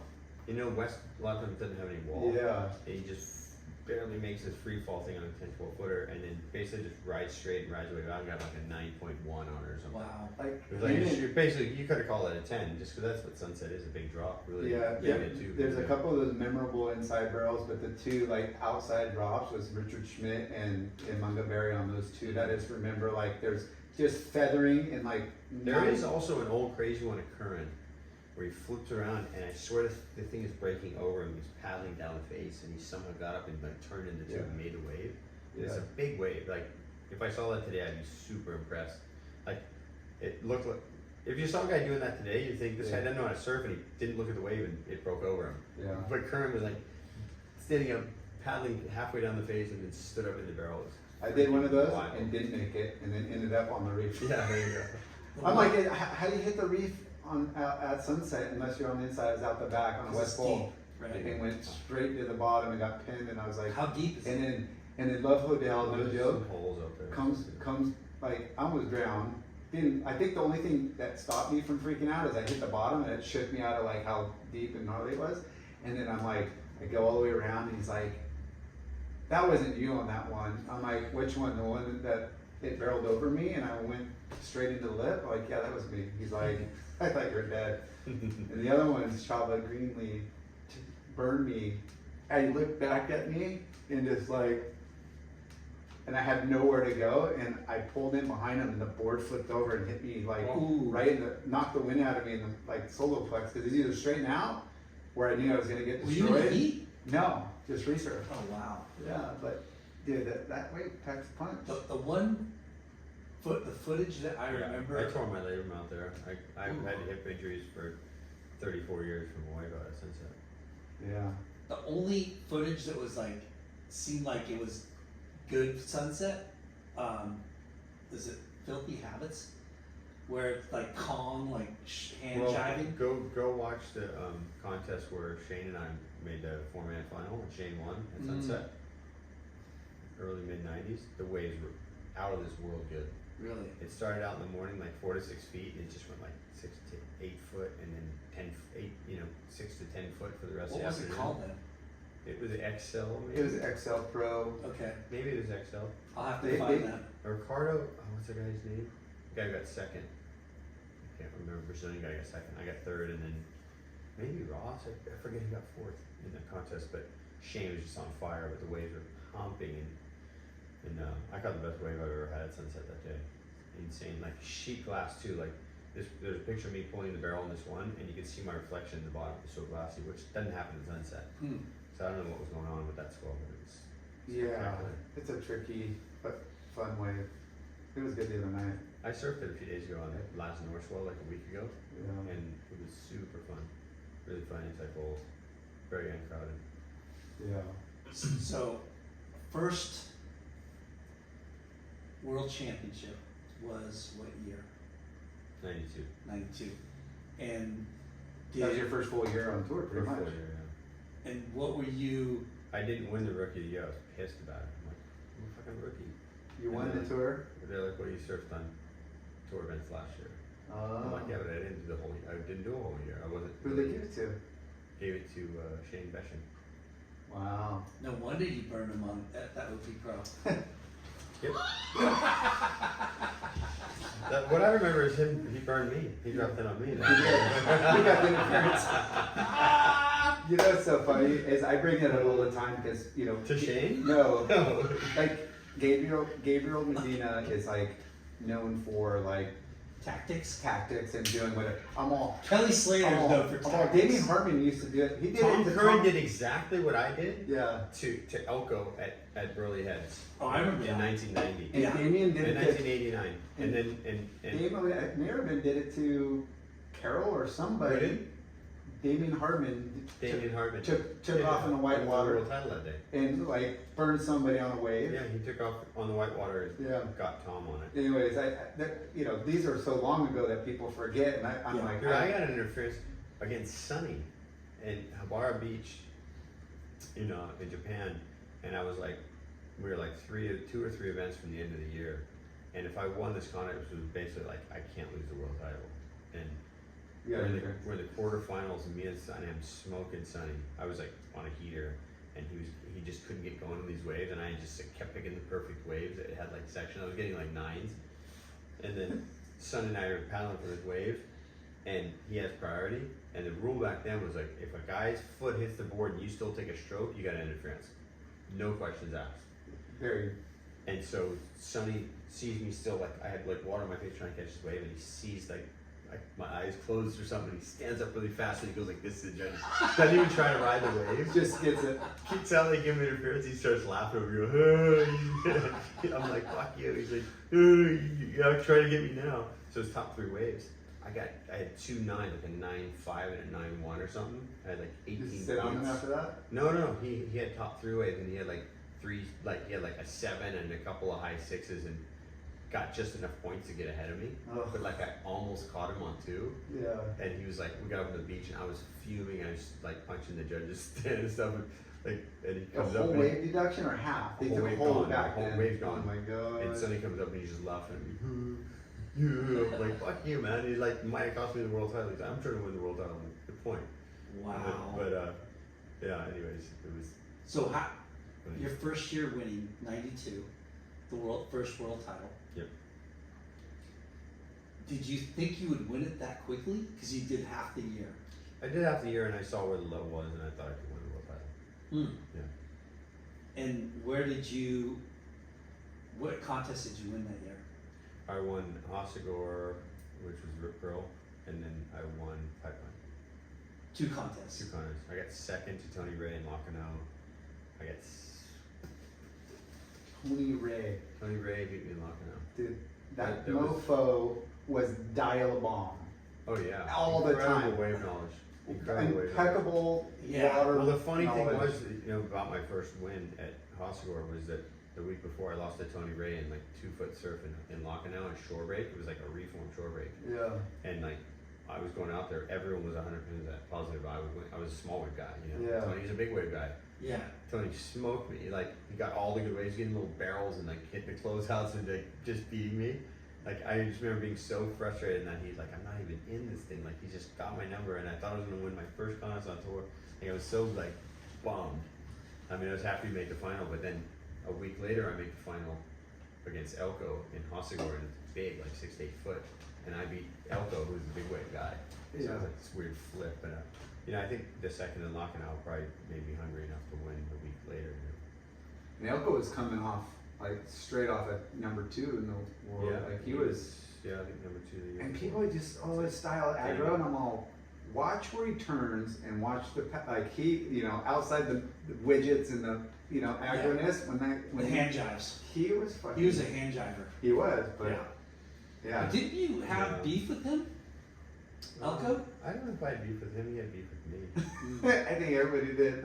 He had beef. Hey, you little. No, and it stemmed from 2 things. It stemmed, number 1, it was generational, Yeah. because I think Elko saw the door opening or closing on him.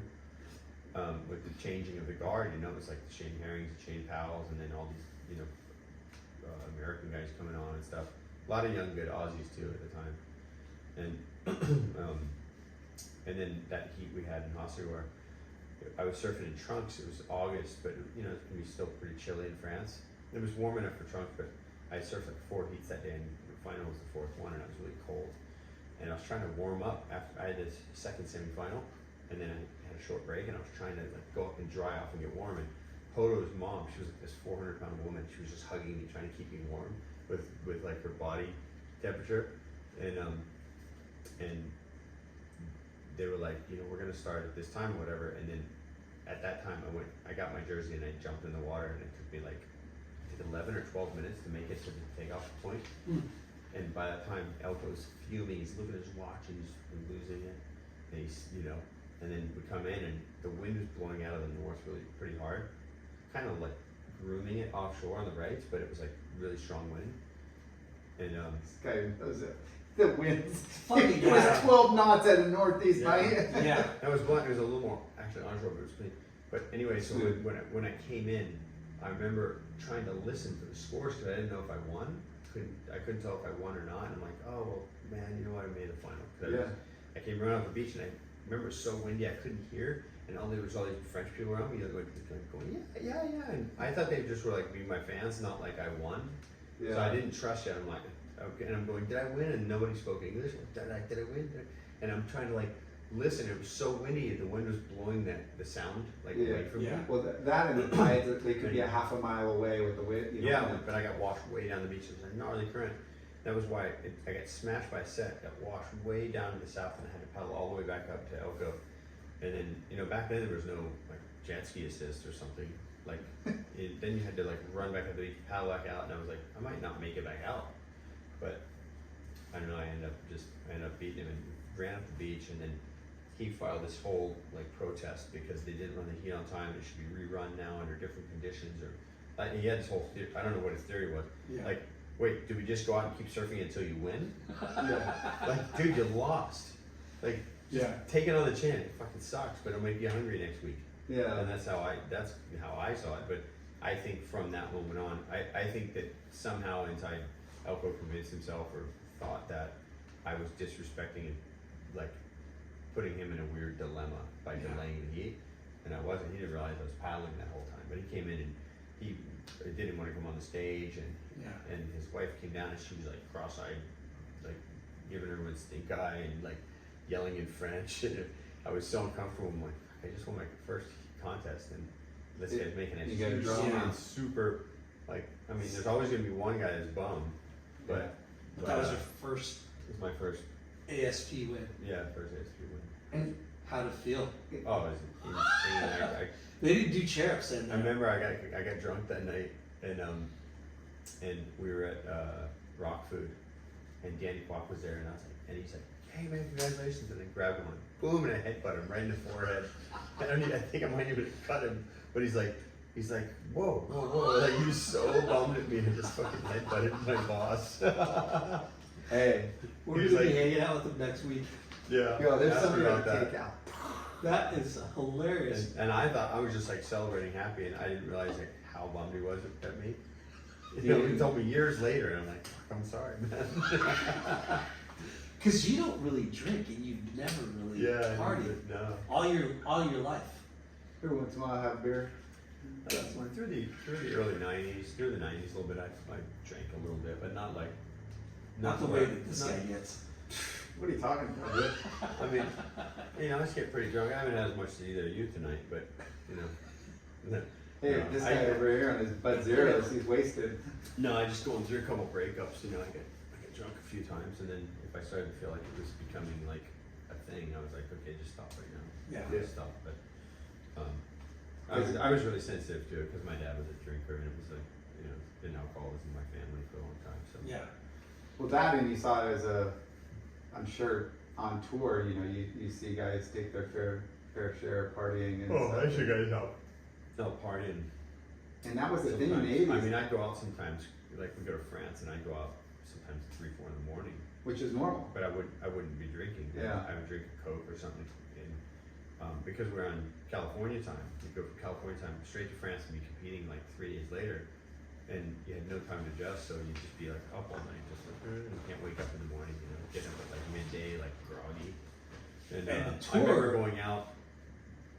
Excuse me. One night we were at this club in Lucknow. And I remember I was drinking a Coca-Cola, looking around at all these people, and they were all just like super high and super hammered, and just like on whatever. And I don't think I slept, but maybe I didn't even know if I slept. And I got up and I was like the first guy in the water, and a couple guys came out that I'd seen just hours earlier, and they were still just hammered. I'm like, how do you do this? Yeah. Well, like you said, the 80s pros, that was kind of their shit. Like they would, try to get each other out and get them drunk, and it was like a full. I'd love to see a TV show about the world tour in the late 80s.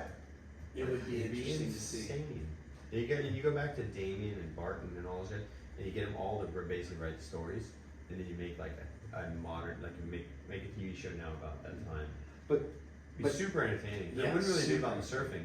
It'd be about all the other shit that was going on. Yeah. But there was a lot of partying, in '90s, but there was also the the clean cut, hey, new professionals. Like it was a taken, Yeah.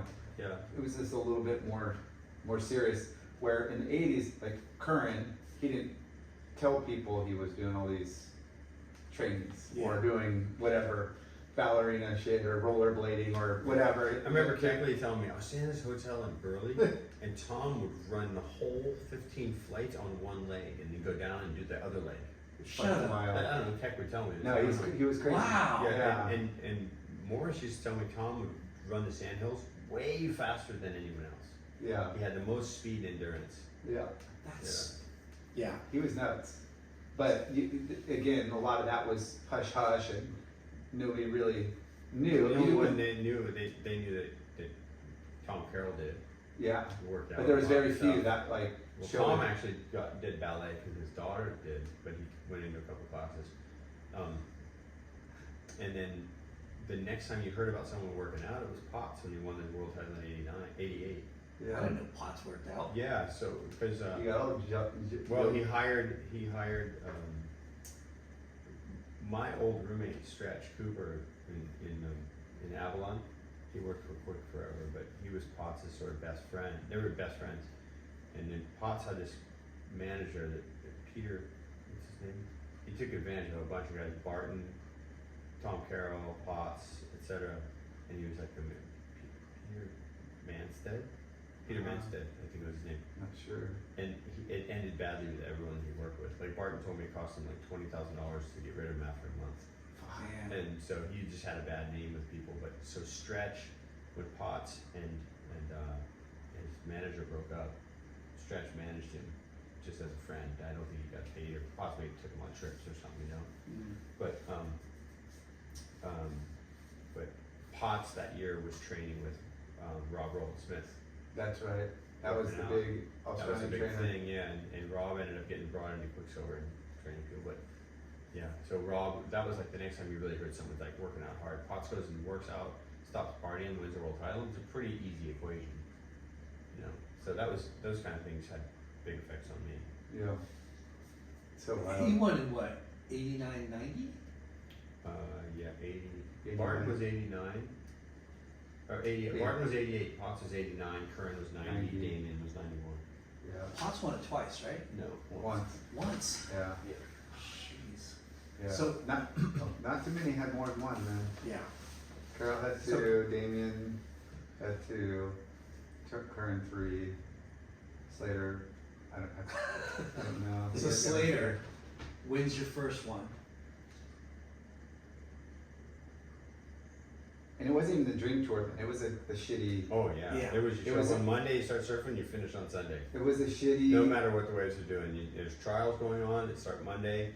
You got to run all the way to Sunday. But you were talking about Lacanau and Hot Square, Hot Square turns on. It was Lacanau 3 weeks, and no, Lacanau is pretty good. In fact, maybe the best sandbar, one of the best sandbars I ever had in a contest in France was in Lacanau. Yeah. The first year I surfed it, I had a heat against Nicky Wood, and we got the perfect tide with the perfect conditions, and we just had this battle. We were just getting barreled every way. It was like V-land on sand. But J Bay wasn't on yet. No. There was no Fiji. Yeah, there it was wasn't no the dream tour. Tahiti, No, Tavarua. we go to Japan and surf like Bar And- Beach and like I don't know. The other beach we surfed were forgetful, Yeah. forgettable. So it was a grind, and then Yeah. we came to Hawaii and there was, the Triple Crown. Yeah, and I mean, in Australia we were surfing Narrabeen, which Can be most of the good, time- but- it can be, but most of the time it's dog shit. Better than Manly. We surf Manly too. Yeah, I know, but Yeah, like, Manly. it wasn't Margaret's, it wasn't Kira, or, at the time, Kira was an occasional 2-star, like, qualifying. Yeah. So Yeah. you win your first one. And Superbank didn't exist. Snapper was a terrible wave, and Greenmount was a much bigger. Yeah. You win your first one. Did you, you didn't take a year off? Were you just like, okay, Back to I'm back. No, I was excited to get going. I was just getting started, And I remember I won the world title in Brazil, and I came home, and Sean and I went down to the beach, and we were just sitting there watching the waves, and I was obviously like over the moon. So you won the second year, 93. No, I won 92, but then I was just just, no, I was just thinking of this thing with Sean where we go down the beach and it's like a day or two after I get home after winning the world title, and I remember she goes, he's like, "You're the fucking world champion, you fucking little asshole." Big bro. Yeah. And I was like, I can't believe that. It's crazy. Like, we've done this thing our whole lives, and I got to the summit. It's crazy. That's so surreal, but yeah, you know, you're in your eyes, you're just still a little shit brother, you know, like. You know? That's the way family is, man. You can still like reminisce on the old, you know, old days. Yeah, but how crazy is that? Your little brother, who, you know, Older brother. well, him saying Oh, yeah, your little yeah. brother is the fucking world champion. Oh, he's so Yeah. stoked. You know, like how stoked is he? And It's bragging rights. It's clout. Like my bro's fucking. yeah, Yeah. but I mean, Kelly owes his brother some, you know, gratitude because he fucking pushed you. Yeah. You know, obviously, Yeah. big brother is gonna push his little brother. Yeah. You know, he's looked up to Oh, him Sean ripped. growing up, going, "Fuck, Sean's ripping. Mm-hmm. I want to rip," and you know, somehow you surpassed So talent. the second year would have been 93, Four. 4. The Four? first. 94. And Yeah, a lot. The Oh, next, yeah, The next 93. year, with 4 events to go, I didn't think I was going to requalify. I was in 28th place. With 4. 4 events to go in 93. What was the problem? What was the hiccup? I was going through. I was going through a breakup off and on with my girl, and I found out like personally I had no money. I was basically bankrupt, and things just got really strange for me. You know, I went from like higher and like making tons of money. I win the world title. I get engaged. I'm super in love. I love traveling and surfing and touring, like living my life, living my dream. You know. And the next year, I realized like I found out I'm basically like in debt. Not basically, I was in debt, quite a bit in debt, and then you know, complications of like being too young at that time between us. Overspending that money aside for taxes. Like what was? You know, No, I didn't spend it, spent. but it got spent. And you know, it's just some hard knocks in life at that time, and I just couldn't deal with the pressure that was happening, and still, I mean, I was super depressed, and Yeah. my life really kind of turned upside down for a while, and You were engaged, and then you guys broke up. we broke up, yeah, and then I was like I said, I went from like on top of the world one year to like in the dumps, you know, like we broke up, I was like in debt, I was fighting with my family, trying to basically have to come to terms with like, I'm my own man now and I gotta figure this out. And yeah, it was just one of those years. It was tough, and right at the end of the year, I kind of like just got together and went, you know what, just you gotta get these things out of your head and go surf. But I was losing first round. I got a couple 33rds that year. I lost at Narrabeen to Isaac Conashiro. He just smashed me. Oh, yeah. I lost to Todd Miller when The whacker. the whacker when he first got on tour. He was the wild card. He beat me in Biarritz, and I was already like not doing very well, and then he beat me and just put me like way back in the rankings. Like this year, self dropped 27 spots in 6 months. You're like, Yeah. what's just happened? And yeah. Fucking tour. So then, but then I went to Japan, and I got runner up to Potts and Miyazaki. What was it? Potts? Anyways, I went to Miyazaki and I think I got second, and I went up to Hibara Beach and I got first. Me and Brownie made the final. It was the only final that Chris Brown ever made on tour. Oh Me and shit. him and Because he was only on tour really like a year, 3 2, years, 3, yeah. maybe, like quick. Yeah, I mean, so it was a only- staple on Bud Tour, but then Yeah, like it's the just- World Tour. Anyways, around that time, he and I made his only final, and I ended up winning. But I went like second, first, fifth, first to finish the year. There's second, first, fifth, second to finish that year, Wow. and just jumped right back up. And I was tied for fifth with Potts. At the end of the year, they broke the tie. It was actually a funny one because they broke Come the down tie, the and pipe? I dropped a sixth. I don't, they dropped one result or whatever. Yeah. And, upstairs, and that cost me 25 grand. If I got top 5, I would get 50 grand, and if I got 6th to 10th, I'd get 25 grand. And if I won the world title, I'd get 100 grand. So like, basically I called Al Hunt, and I was like, I have to have you keep me in 5th, it's gonna save me a bunch of money. and he didn't do it. I think he wanted 10% or something. Yeah. I should have gone, look, here's 5 grand, I'm gonna make 25. But if he just kept me in 5th instead of breaking the tie down to 6th, so kind of funny point of contention. So wait, you ended the year in fifth place, Yeah. from being first to 5th. Yeah. So I mean, from being first down to 27th, Yeah. to 5th. Yeah. fuck.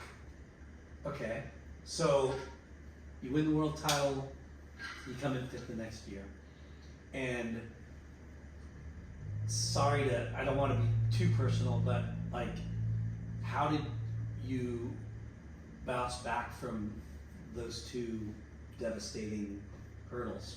I was like, I don't know, I don't want to get too much into it, but I was like, basically, maybe I was suicidal for a little bit. I was so depressed, and yeah, I mean, I had a moment where I was like, okay, I'm actually considering this, and Did like McKnight or like Kwok, or did anybody go, hey dude, fucking, we'll help you out, or we'll... Anybody would have, but I didn't go and search that. I did call, I remember being in my hotel room when this was happening, and calling Benji and Conan, and they were standing in the next building over, and I'm like, I need you guys to come to my room like right now. And then they come over and just hang out with me.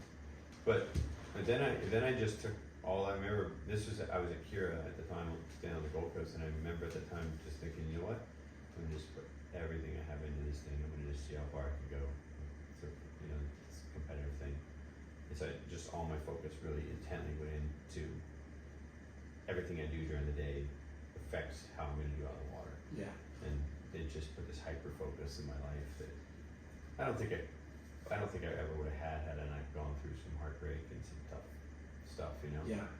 What that's doesn't kill you. Yeah, that's a real learning lesson. Yeah. To get you focused and on target. Pay attention. And you're like, you love reading, you love books. Were you reading anything like that was Inspirational? like, Yeah, mind game? I started reading this book, The Tao of Health, Sex, and Longevity, Ooh, I like that. and so that's why I named my son Tao. Yeah. You can say Tao. You can say Tao or Tao, but it's T-A-O. Yeah. TAO. Yeah. But Okay. it's pronounced down. It Can. could be Tao or Yeah. Tao. But because a lot It's of one of those like for white people, it's Tao. Hallie to you too. But So- because I think a lot of people look up to the greats and in one, like, hey, how did they get what was their mindset? Like what, everybody has to go through life. Like you said, life's rough. Dude. Relationships, health, this, that, Yeah. family. But to be able to dig deep and, sometimes people are like, oh, this, this book or this person, you had some good mentors and we love Bob McKnight and we love Danny Kwok and we love these, guys, and you talked highly of, Al Merrick and other, Yeah, figures. Al was. What comes to mind, honestly, is Al and his wife Terry were like through that time were on the phone with me for many, many hours. Yeah. Many hours from across the world, like with me crying and them just helping listen to me, Yeah. And It's, sorry to interrupt, but it's Yeah. hard to imagine someone like you from the outside, like, being human, Like, hey man, a lot of passion goes into winning world titles. Yeah. Yeah. You know what I mean? But a lot you know of what I mean? Like- deep-seated, personal stuff. It's not just like, it's not something removed from the human experience. It's Yeah. like, But it's like watching a movie, everybody's on the outside, the Yeah. fans of it, and you're not really seeing the struggles and digging. I sometimes think back on my career and all the things we've done and places we've gone, and all the years of just a million different contests and places and stuff. It's it's almost like I see it from the outside. It's almost like I look back at it and go, whoa, that's crazy to see all that, like a movie. Surreal even to you. Surreal, sometimes. yeah. Yeah, Bro, right. how many times do you do that where like, I did that? Or I went through that? Or, you know what I mean? Like, Yeah, it's hard to step back from it, but once in a while I get a perspective. I'm like, geez, because you know I know how much I struggled, like say competitively the last few years. Given I have been injured, and I really for the last I would say 5 years I've kind of just been going through the motions, like really not wanting to be there, like in Yeah. contest. And but you know I see how hard it is if things aren't going your way, and I sometimes think back, I'm like, wow, how did I put it together so many times in a row, like yeah. so 'Cause you're, often, you know? you're like, what, 20 You need years some old? luck too. You gotta have a lot of luck there. Too. You're like 20 years old during this time? 21? Yeah, 26 is when I won my world titles, like kind of in a row there. 5 years. I did 94 through 96. So- 94 through 98, sorry. So you won one, got fifth, and then 1-5. won 5 in a row. Yeah. Because we were on the way here, we're I'm Trying like, to he won figure 5 in a row, but I don't remember. Yeah. so when you bounce back after getting fifth, you win your second world title. Game And on. I won it right there. Not a pipeline. Okay. oh, hey, Right there, I'm pointing like almost in front of my house here, because we were literally surfing a sandbar straight in front of the lifeguard stand. It was 40 mile an left over hour here to my winds. house and right that way down to Gums.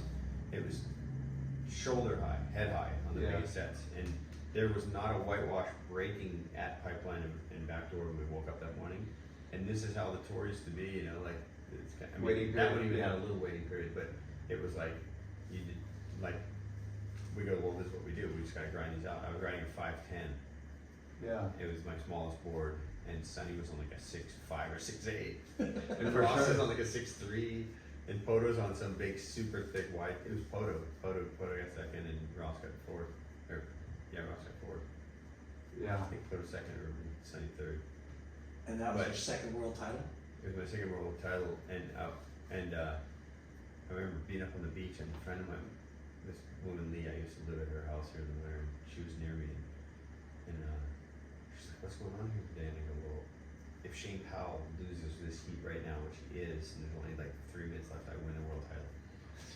And she was the only person with me when I won the world title. She was standing next to me. She probably didn't know how excited I was, but she was happy for me. She's just like, hey, rinse me on first. You got the money now, bitch. Rent this one in. Wait, what did I just say? You're staying with her? I stayed at her house. I rented a house. Yeah, so Oh, you're, You got rent money. Oh yeah, she's just going, you can pay me. Yeah. Why is it late? Yeah. so when did like Baywatch come into play? 92, 93. And That was a whole part of it too. It was like that. There was so much pressure from that too, that after doing that first season, the second year it was like, it was really serious. but that was Brian's doing, like, or Yeah, other that was people. Brian's doing. Okay, and then what was like Bob and Danny and Quicksilver, like what were I don't know, they? you gotta ask them. They're probably tripping. the They're fuck out of fucking me. tripping. Oh, No, yeah. we didn't pay to be a fucking actor, bro. Yeah. I think at some point they probably saw that it really increased my visibility. Exposure. Oh I my mean- god. I mean, I remember being in Paris in '94, just walking down the street by myself, and these like 6 guys were like, You're "You're the Slater," guy. and I'm like, "Yeah, how do you know me?" Like, we're not even close to the beach. Like, Yeah. there's any surfers. Oh no, we watched Baywatch. We're from Italy. I was like, You're like sick. So when Did you see my world tap? What? when yeah, Brian Question was, Baywatch residuals, we'll talk about that, but, Well, so, Baywatch show, I only got like $2,500 an episode. that's it? Yeah. What? Yeah, I didn't like get wealthy by any means. I didn't make any money doing that show. Wow. So I think. Well, here's what I think. I believe I got $5,000 an episode. My manager would get 20% Oh. or whatever he would, and then I paid tax, and that was like. I remember thinking it works out to be about $2,000 Yeah. per episode that I get. So when you were approached by Brian saying, "Hey, I think I got you a part for Baywatch," and did you know what Baywatch was? I didn't know what Baywatch was. You didn't know No. because it was already huge. I went and did a casting, and I did like a reading of lines and trying to be an actor. I didn't know what I signed up for. I didn't sign up for it. Brian signed me up for it, and the backstory is Brian had a power of attorney for me. But anyways, so I go do this reading, and I was at the casting, and I was terrible. And then like the next day he calls me, he's like, they loved you, they want you on the show. I'm like, how fucking bad is this show? Because like, I know how bad I was yesterday, you know? Hey, you just gotta look good and, Yeah. you know, lines were, maybe. Dude, who cares what you sounded like? Yeah, exactly. But No, but then I was He's like, Kelly oh shit. Slater! No, I didn't want to do the Slates. show, but Brian signed this contract that basically obligated me to do the show. I was like, I wouldn't sign anything. I'm like, I'm not doing this show. And then he basically signed me on, and he's like, you cannot miss this. Like, there's contract signed on behalf of you. Like, Yeah. you got to be here. And I remember that's gnarly. But I was in Australia, and Bruce Rain was driving me to the airport, and I was like, I'm not gonna make this flight. And I got to the international flight like 40 minutes before or something, and somehow got on it. But if I didn't make that flight, I missed the original photo shoot they did with the whole cast where I meet everybody, and that would have been bad. But maybe it would have been good too. I mean, I don't know. Well, I don't know. I mean, I know at the time that I didn't want to do the show. You know. Yeah. So you didn't know the popularity of Baywatch. I did not know, and in fact, had I known, That's had crazy. I known the extent of how popular it was, I would probably have made me want to do it less. Yeah. Because, okay, so you do it, right? And it's out there, people watch it, you get more famous because of it, Yeah. right? Yeah. Now, you said the guys in France, from Italy, saw you on Baywatch. Now, were you were bummed. You were bummed that you did it. Yeah. And, like, were your friends, like, It's heckling fun. No, I you? just got clowned so much for it, and it was like bugging me. I just got clowned like nonstop for it, you know. And I just wanted to be a surfer. I just wanted to be a pro surfer. You know, Yeah. it was like my dream as a kid. And but you know, looking back, I won the world title the first year I was on Baywatch, and like all that hit at once. Yeah. So I wasn't like very famous at all. You know, in the surf world I was, but yeah. in the world I Not wasn't. in the world. Yeah, not in the world I wasn't famous at all. So you're getting Nobody knew. who I clowned was. by your friends. It's pretty, I wouldn't say embarrassing, but it's like, It's bad. it's bad. Yeah, But then- and not making enough money to bother either. Yeah. And you're not getting paid, but you are getting notoriety, like, Yeah, but I didn't want notoriety for that, and I knew that I was becoming famous because I was on not the for the show. surfing, which Yeah. yeah, Not for surfing, which really bothered me. that's, You know, I was like, that's fine if I get famous from surfing, great. I like live my dream, you know. yeah. It sucks because in hindsight, it's a bummer that you did do it, right? Not really, because in our industry, So Hollywood. you gotta contextualize that. Like, you saying bummer, you used that as a bummer for me, or you thought it was a bummer, or You know what? I think I'm trying. It was a bummer for you, right? But for us on this side of the industry, it was insane. You know what I mean? Like, we talk about it all the time on the podcast, how Hollywood fucking blows up our industry. It popularizes our industry. You know, with Gidget, right? With Beach Blanket Bingo, with fucking back then, I mean, Baywatch. MTV was MTV. blowing up, like. I remember when PK was on MTV. I'm Yeah. like, well, it's so heavy. You're on that show. It's on. I see you every day. Yeah, so, Yeah.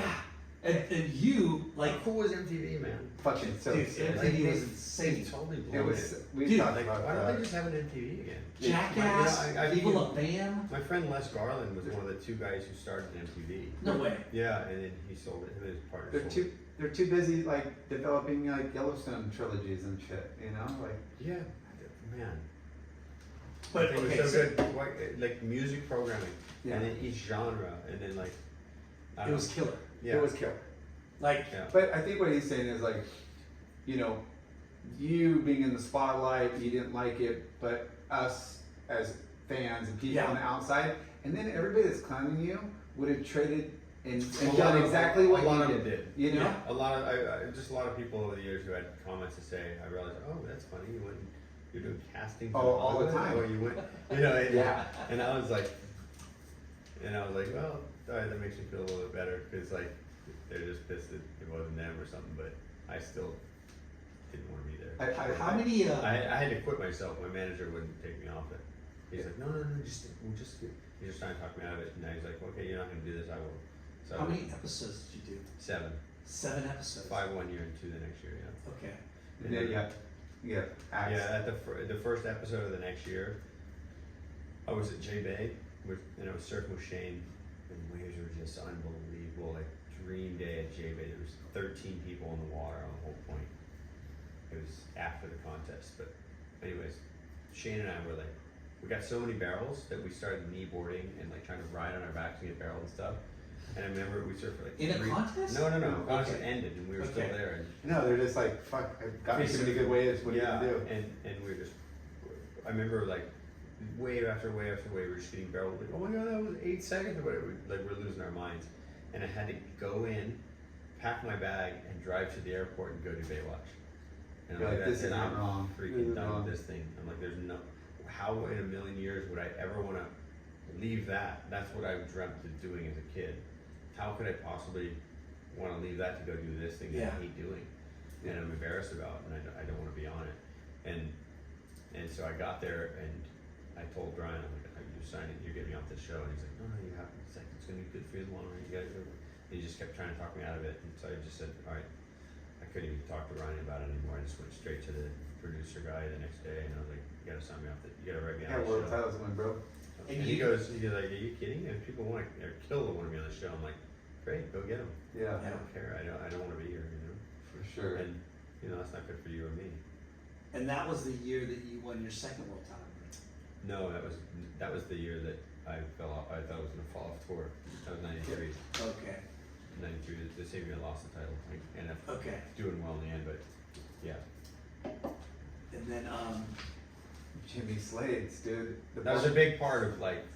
the That was- depression. Yeah, and Yeah. like no, not just the depression. No, not the depression. It was a big part of like the pressure I was feeling, and the reason I wasn't getting the results competing, and you know, it just added to the other crap that was going on in my Yeah, life. You know, yeah. so I mean, if it you're was a getting, distraction for me. if you're getting paid bank and you'd be like, Yeah, if I was it's getting worthwhile. $100,000 a show, I'd have been like, that thing was killer. Yeah.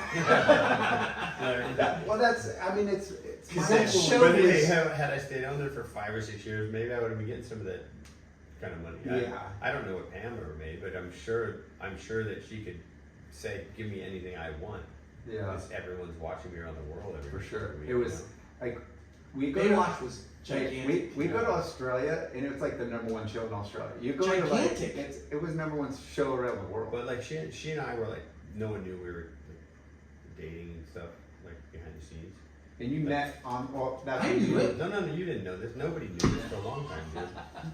And because you know I just recently broken up with my girl, and I was still in love with her, and I just like I didn't want to be public about anything in my life. And I remember I saw something on TV, and it said, did Pamela Anderson get hitched over the weekend?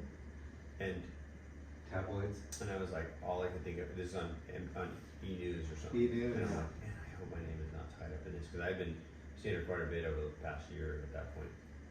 And I was like, man, I hope my name's tied up in this. And then that was like the feed. They're like, after the commercial, you know, whatever. Come back after the commercial. It's like, Pamela Anderson got married yesterday. You're like, Like, what? wait, what happened? You got blindsided, So that was just. adding to the torment. No, I didn't really add it to torment. I was bummed, but I was like, you know what? I guess I didn't, you know, I got the answer. Like, Yeah. You know, that wasn't anything for me. But It was fun. yeah, anyway, so that was, I mean, she was a freaking huge celebrity, probably making a lot of money. crazy. I mean, she's probably maybe the most famous girl in the world at the time, you know? For sure. Oh my Top gosh. 5 for sure, behind like Princess Diana and Yeah. I don't know who else. Like She was. Whitney Houston, maybe. You know, like, She's the modern day Jane Mansfield, Marilyn Monroe. Yeah. You know, like It was just a great time. I mean, the show was super popular. the and show was being popular, and then she became popular, and that was Yeah. just like a trajectory for that show that was crazy.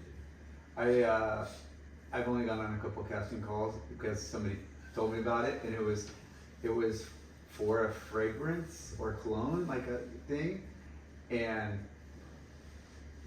Water one, something water? yeah, Yeah. and I came in, and then they're like, well, Kelly's got the commercial, and we're just looking for like back fill-ins or whatever, you know? And I was like, wait, what? Like, I thought, I was gonna make some money, Water or something? Yeah. Yeah, they offered me a lot of money for that, and I said, I can't do it, man. Dude, I couldn't do it. And Laird did it. and I can't Laird body, Laird ended up becoming that, his Blue Walker. I think. and I can't body double for Laird, dude. I could body double for you. You could? There's no. But About half Laird's size. I'm probably not body doubling again. But it was like, dude, it was super weird. I'm in front of like 6 people in this room, and they're like, hey, it's on the beach, and are you okay being naked? They're like, okay, get naked. And I'm like, wait, what? Like, this is what? You went, no problem. You're like, me too, me too. It was really weird. Hashtag. Did you do it or not? Yeah, You got naked. yeah, I wanted the gig. And I walked out, and there was like 50 dudes behind me, like ready to go in. Like, they had that many people lined up. Anyways, it was really weird. But I ended up not getting called because he declined the gig. Oh, no way. That's funny. And Larry got it, and I didn't get a call back. But that was my one time. Yeah. Maybe I was on Levi's commercial. Nice. Yeah. Spicy. They interviewed me and I nailed it. Yeah. So where did you lived on tour? Where were you envisioning like staying? You had that apartment in Avalon Mm-hmm. because you lived I in like staying Australia, there a few months a year. and I would then, base out of there for as many months as I could each year. and then Florida's home, but you never really had time to go. Yeah, and I was also like going through some struggles with all that back in Florida, so I just didn't want to be there as much, You had a place in San Diego, or you stayed in San Diego. No, later on, years later, I Yeah. had a girlfriend who lived in San Diego. So it's like you kind of and I'm bringing it up because we're on the North Shore where you probably spent the most time in the last 30 years of it. Anyway. And I mean, this was always a plan to have a house in Yeah, Hawaii. my dream to have a house on the beach and look at pipeline. You know? Epic. It was kind of crazy. I would have a friend of mine who I had shown her around the North Shore a year or so before this, and she was like, "Oh, I kind of like it here." She's like, "Maybe I'll look for a place here sometime." She told me. I was like, "Oh, cool." So like a year later, she messaged me and sent me an email or something. It's like, "Hey, just so you know, I did buy a place in Hawaii. I bought this place right by pipeline." What? I'm like, "Where?" And she's like, "Oh, it's right next to Aokai, like, close by." I'm like, "What?" And she showed me the house, and she goes, "I only bought half the duplex, and this other guy bought the other half with me." And I'm like, "Why didn't you tell me? I would have bought the other half." Yeah. And she's like, "I didn't know you wanted a place or whatever," because she goes, "I knew you had a property up the hill," which I did, Yeah. but there was no house. And so, like, when you get in a place you're going to be at a few months a year, turnkey's pretty nice. Yeah. So And beachfront. So I never built on that property up there, and I sold it. It was sort of fortuitously, the guy across the street needed it for family. Oh, And that's he's like, cool. he's like, "I'll just pay you a good price." And so Not trying to nickel and dime you. kind of got, Just yeah. Well, appreciate the.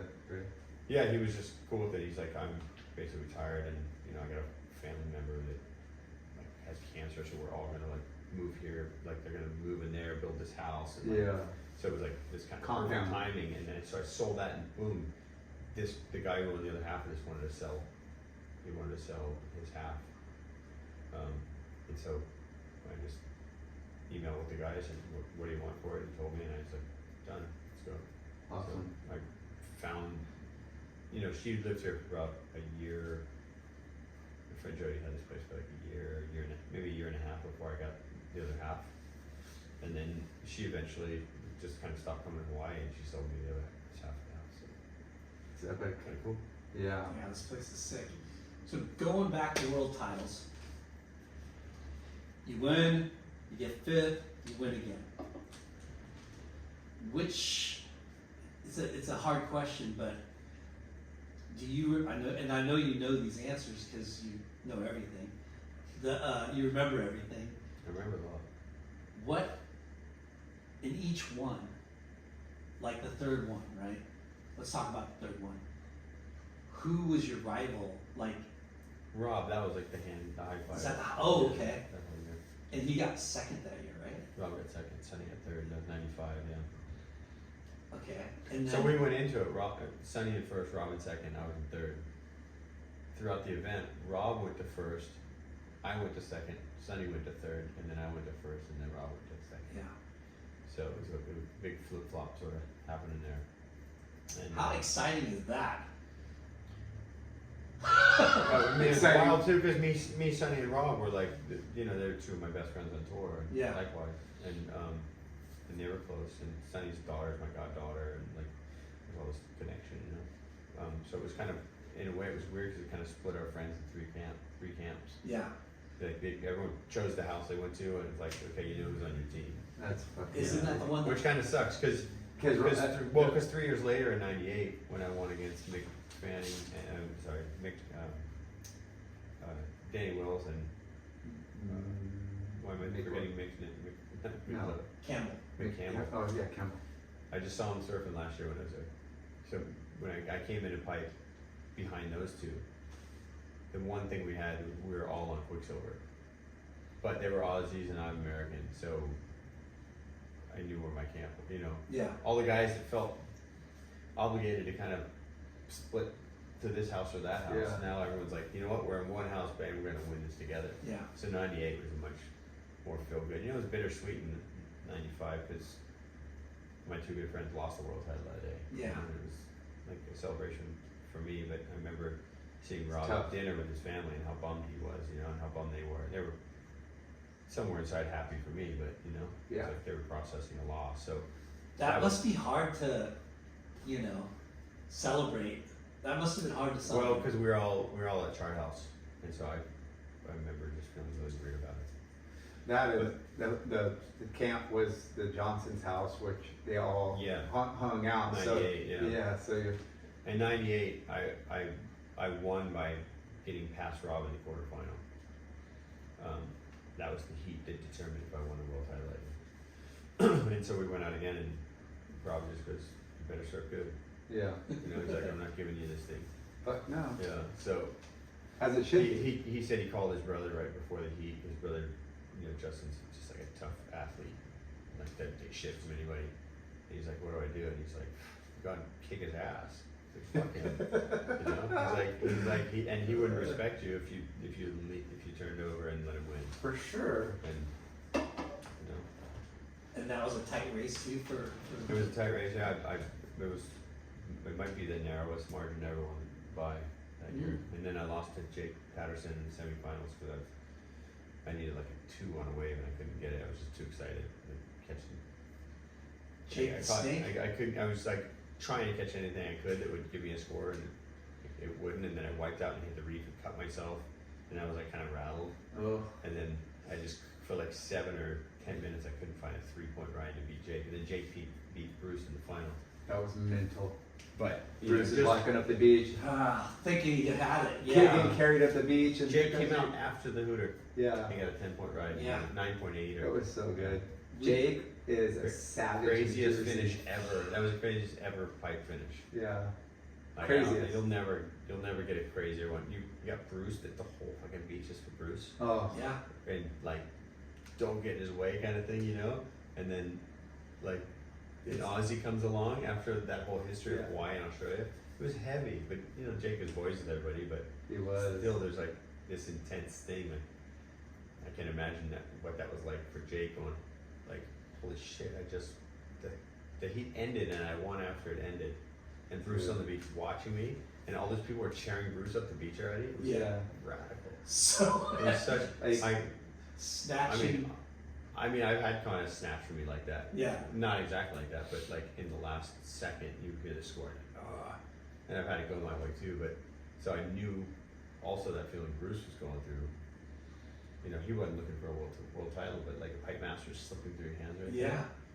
Yeah. When you think you have it locked up with seconds left. Yeah. Oh. I mean, Intense. you never celebrate. Somebody to pull that off, somebody's got to have balls, and Jake had balls, you know. Yeah. Like Jake, like you said, he wouldn't back down to anyone. He's a vicious competitor. Vicious. Jake Patterson won contest at Jeffreys Bay 2 years in a row. 2 years. One Every- pipeline, Yeah. one sunset, won Holly Eva, I believe. He's won like Every Crazy gnarly concert. contest. yeah. Places where you wouldn't ever pick him to be the winner. He, you know, Sunset. Yeah. Sunset. I would pick him. Sunset's all about picking the right waves, but him and his brother charge, and they Yeah. just, they charge. Yeah. and they just, I remember we're all in the QS and Jake, and we did a lot of traveling, like 94, 5, I don't even know, and he was in first heat. I remember because every contest he had first heat. Every, like, you know, because it was based on the Yeah. year before your seeding. He had like 0 points, but he's like, you know, every event was first heat. I'm like, you got fucking first. He's like, yeah, I have no points. And he'd win a contest on the QS or whatever. He would still, it wouldn't change because of his seeding from the previous year. And he ended up winning the QS by like 10,000, like more than anybody else. Smashed everybody. I'm like you're saying, the Bud Tour, like seven events. If that guy got $100 for every heat he won, he'd be fucking like a millionaire. So going back, the Machado one, that was the slimmest ever of margins between first and I second. think so. Yeah. Okay. At the time it was. And then the And I following think year, the 98. I think 98 was closer ultimately. The following year, 95, 96. 96 I won early. I won 7 events that year. And then Couple events early. I think I won in Portugal like 3 events early or something. And then the next year, 97. Does so that what kind of like, I think I might have won both. does that feel good? are you, were you Yeah. like, Everybody else is like, what the fuck am I even here for? were you like so confident in like everything, like your equipment, your wetsuits, you know what I mean? Like He was wearing the When white you're suits back winning- then. when you're winning, No white suit back then.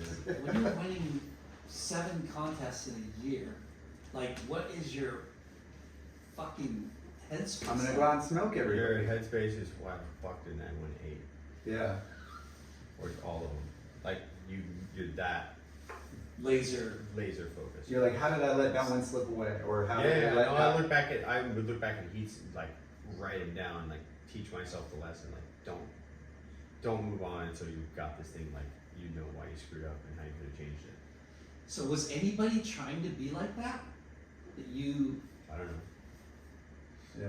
So no. Michael Jordan, Yeah. you know what I mean? I mean, I was like taking that headspace, like Yeah. everything you gotta obsess and live this to its completion, to like its absolute. Now, you bring up Michael Jordan. Were you following him or like looking to him for I inspiration looked or? at him for inspiration. I looked to Mike Tyson. Fuck yeah. Because like it was crazy though. Mike Tyson, remember he lost to Buster Douglas in Yeah. Japan? That was on my birthday, my 18th birthday. No way. But I mean, my best friends and I used to all get together and watch Tyson's fights. And just Oh, dude. That's a perfect example of just letting down your guard, just like, oh, I got this, and just get, you know, like, Yeah. absolute. like Yeah. it wasn't even That's like going to be a drunk. fair match. That's drunk with confidence, you know. That's Yeah. fun. So that's like he was out partying the night before, like tons of chicks in Tokyo. Yeah, I'm just gonna get a huge payday. I'm Not gonna go in care. and just, you know, And soft he touch actually this knocked guy. him down in the second. He knocked down Buster Douglas in the second. Yeah. But Buster Douglas, his mom had died a few days before this fight, So he had some. and he's like, he's gonna Motivating. he always told his mom he's gonna win a world title. And so even when he got knocked down, you could see him punch the ground and get up, and it just pissed him off and focused him. So did you have a better year than that year? With 7 wins? 2008 was close. I remember telling Belly on 96 was my best year, and he goes, "Not right. No, 2008 was your best year." He's like, "You won 4 of the first 5 events, something like that.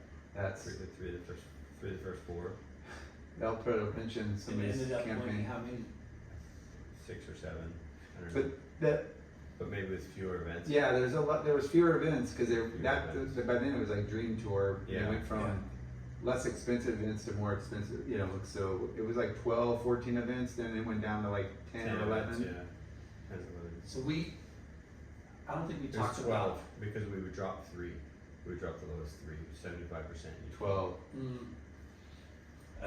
I don't think we ever talked about, you know, we're here in Hawaii, you're from Florida, how the hell are you such a gnarly, like, big wave? Brock, Chester, Shane, Yeah, exactly. pretty much. Yeah. I I mean, I grew up in a house with Brock was running the show, Chesser, Shane Dorian, Ross Williams, Keone Watson. Yeah, Keone and Ross, they're all fucking nuts. It just goes on and on. And then, you know, behind us, age-wise was Jack and Benji. And I mean, I remember Jack and Benji surfing second race pipe when they were like 14, 15. They were out there a lot already. And on huge days at pipe, you know. So that put the pressure on me at 18 to have to, like, shit, what are they doing? They're 15? How old? Yeah. I remember 18 years old paddling out at Rockpile on a big day one morning. Like, this was the most famous day ever at Log Cabins. It turned into a perfect right barrel, like backdoor, and Laird, Phil Perry, Perry Dane, and one other guy cleared the lineup. There was like 40 people out at one point. That was Perry's brother, Phil? Perry No, Dean? Oh, no, Phil Perry, Oh, Perry Phil Galante. Perry. Yeah, Phil still lives right on here. He's Yeah, a legend, I remember older school guy. But those the four guys paddled out and basically said, "Oh, here's get out of the water," you know, because it was like the most crowded, incredible day ever, and they basically and super rare, it doesn't do that. yeah, and I've never seen it ever like that since or before that. And anyways, that morning I was the first person in the water. Me and Todd Prestich, we paddled out, and we were in the water. Prezzo? Me and Prezzo. we used to have this thing. We get to Hawaii and we'd see who could get up and wake the other one up earlier than the other one. And so we set our alarms for like 2 in the morning. Get up, hey, wait, let's go. Just to mess. You'd go into another house, climb the stairs, find us. Hey, let's go. Time to go. And they think it's like 6. Yeah, they and think it's like 6 and the sun's about to pop up. they're like, just get bro. But anyway, so Prezzo and I run down the beach. We're standing at Keiki. Holly and ran down the beach, jumped in the water, and it's about 8-10 foot. It's like breaking on the outer beach and backing off, you know, like breaking outside, kind of like Right.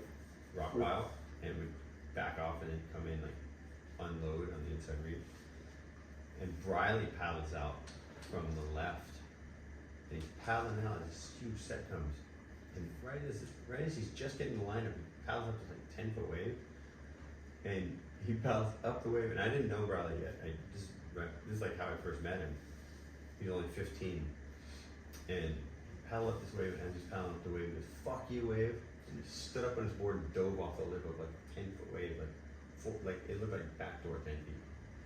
And I'm like, oh, that guy's so crazy. And I was thinking in my head, he must be like, for some reason, I was thinking in my head, like, he must be like in his 20s. Like a man. He's yeah. 15. He was 15. I was like, there's no way. I'm like, I wonder. Did he really say fuck you, Wave? He said, "Fuck you, wave," and he paddled and stood up. He did like a flip turn, paddling up the wave, and stood up and just got launched. He's so good. And there was no one in the water, just me and Prezzo and Briley. And it was the craziest thing, I swear. And it was the craziest thing I'd ever seen in my life. Like, I was like, that guy could die. Like, what did he just do? Why did he just kill himself? Like, Yeah. and he just thought it was funny. You know? But I wasn't anywhere near that level of like charging no. at that time. You know, it was like the first winter I started going. That was my first day on the North Shore that year, and I started thinking, oh my god, I really got to start charging because that kid out there was 15. Yeah. And learned afterwards, but that day got super crowded and became like it was a mythical day at Logs because the sand was filled in right. It was just these long right spinning barrels like backdoor. But it got so crowded, those guys just had to kick everyone out. You know, no, we're just gonna surf now. We were surfing in Beeline a couple days ago, and I was telling the grounds, I'm like, we would never be able to paddle out here. Like, it was so locked down back in the day. This is Squiddy's backyard in Marvin. Yeah, like there's no way. So- First, you had to go through. You had to get to the beach, Yeah. and it was this wild. And you had to know which house on Skid Row there. Yeah. You couldn't step in this guy's yard because he'll come straight out and start beating the shit out of you. Like, you know, like this guy would sit in his lawn chair and wait for someone just to step on the corner of his yard. He knew where the grass Yeah. was. And he'd beat him up. Yeah. So you got 5 in a row world titles. Yep. And I mean, you're in the sporting world, right? Football, baseball, golf, whatever, car racing. There's certain people that are elevated in each sport or discipline. Did you start hearing that? Like, you're the Michael Jordan of surfing, you're the Tony Hawk, or you know what I mean? I mean, at some point I did, yeah, but I don't remember when that was. And did that ever like trip you out? Like, Yeah. I mean, because those sports are bigger than life, you know? Like basketball or baseball, football, that kind of stuff. but So- surfing is the fucking way harder than any of those, don't you think? Don't you agree? Like, what we You do, know, anything in the world is as hard as it takes to get to that skill level. I don't know. I mean, I don't know if it's harder or not. I mean, it seems like so second nature. after To surfing. us. Yeah, but to you, but we know, right? Like, and I think guys, the golf guys and football guys, like they look at you and go, holy shit, like that dude. Well, there's very few sports that you have that longevity. Like, I mean, football players get fucking hammered. Yeah. Basketball, basically, it's a huge thing in the NFL or in the Major League Baseball if you make it 10 years. yeah. Yeah. So there's certain sports that have an advantage to have longevity, but also be able to like stay on top of your game because just the physical. I mean, Yeah. golf is a perfect example of somebody Nolan that Ryan was at the baseball. yeah, and then baseball, you know, there's guys that could stretch out a 20-year career. Like, Yeah. you know, But you know what I'm saying? Yeah. Like You're not a tennis, Yeah, You know- because he went into like his 40s, well into his 40s. I think it was. but the way you did it in the short amount of time that you did it, you know what I mean? Like it's incomparable. You know, when they say he's the Michael Jordan of surfing, you know, like. yeah.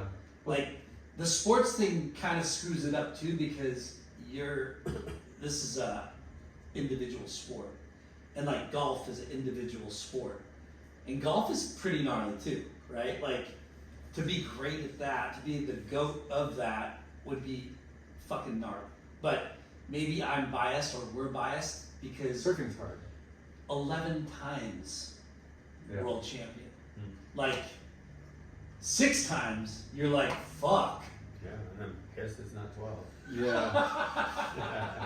Satan is not a chance. No, I'm just kidding. But no, it's you know, you won, you broke all the records, and then you took a break, and you know, I'm sure mentally, physically, it's like, and just you didn't have probably. I mean, Rob fell off. There was no rivalry. There was no like, I don't know. Maybe there wasn't anybody really pushing you to like, I need to stay on. Yeah, I mean, I kind of had it's like I had sort of little rivalries with Rob, Sonny, Beshan, Yeah. Danny Wilson, McCampbell. There's like, you know, those would last like a year. Yeah. Yeah. Something.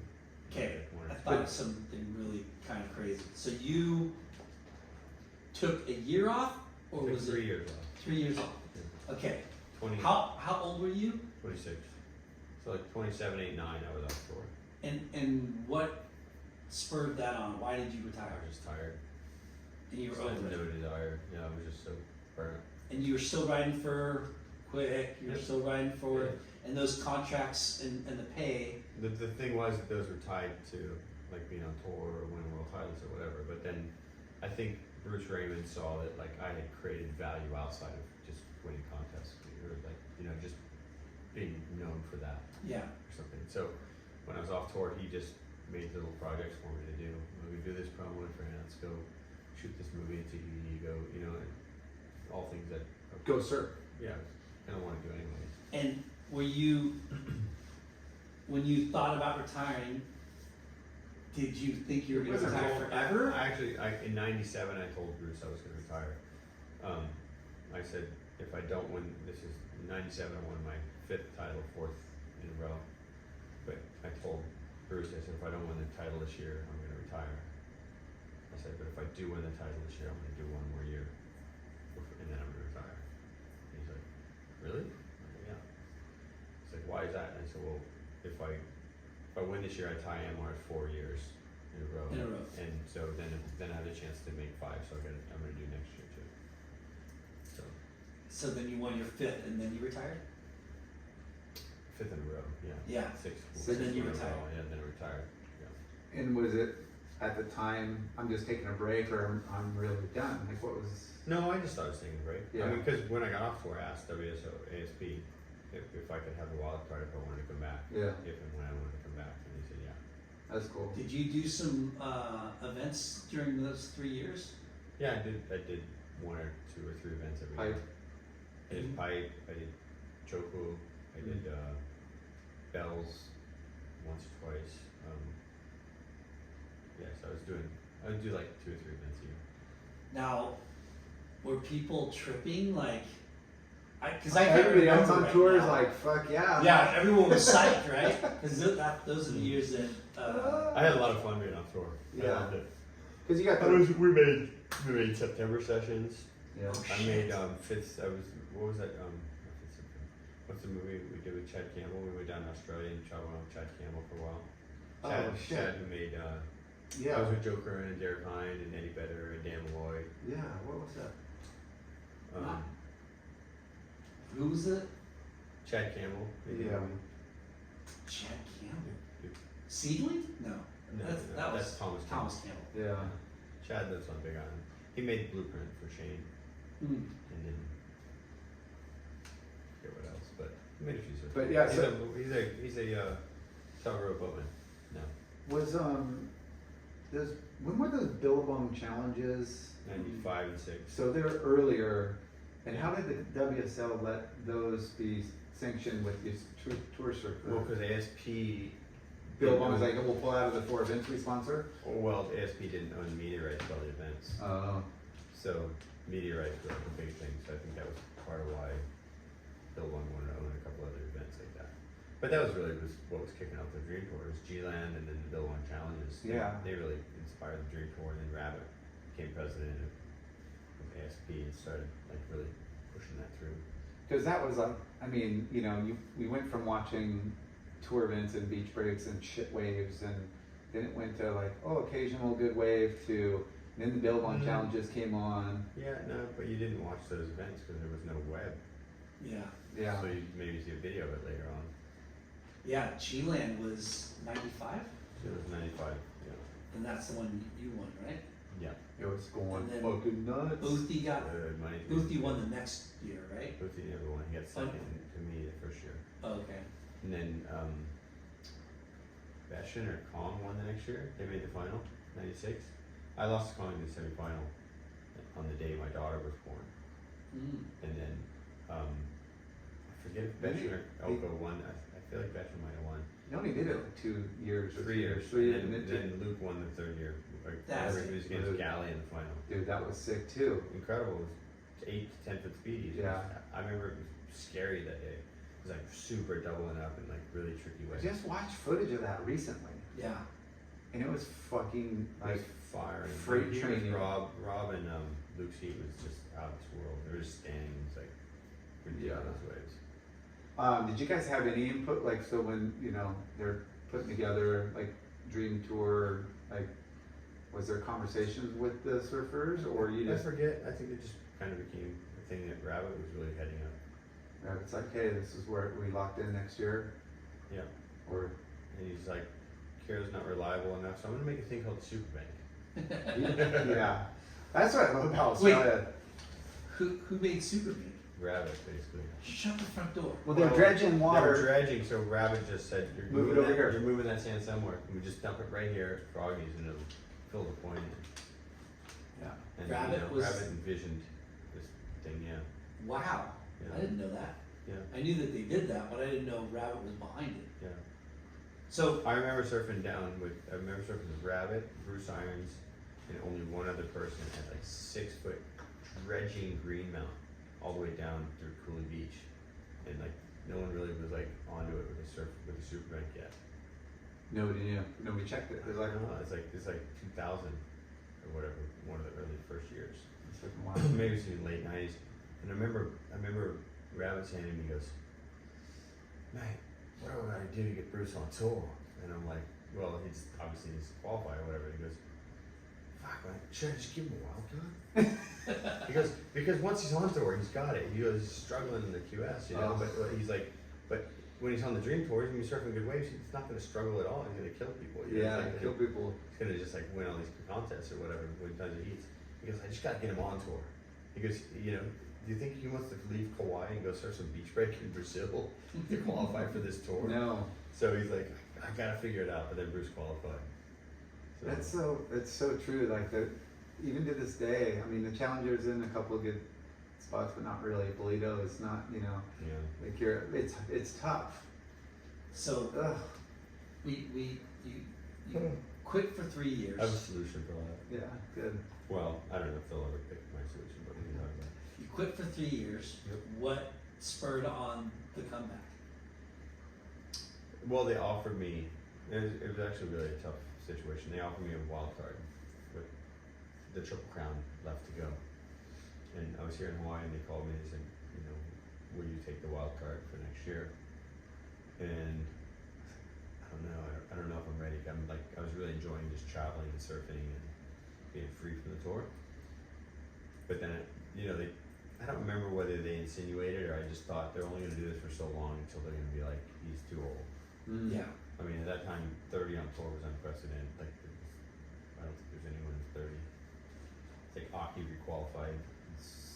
Aki ended up winning his world title at 33, but He didn't come back until like QS 30. yeah, but Like he came late- back in 94, 94, 95, Yeah. 94, 95, somewhere around there. And I don't remember because he and I made a final in Japan together, maybe 94, 96. But yeah, he was still in his 20s, you know. He's so many. And then,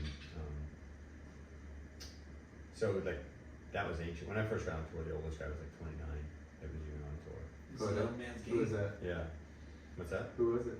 I think it was Tom Carroll. Maybe. Tom Carroll. I think it was Tom retired a year later.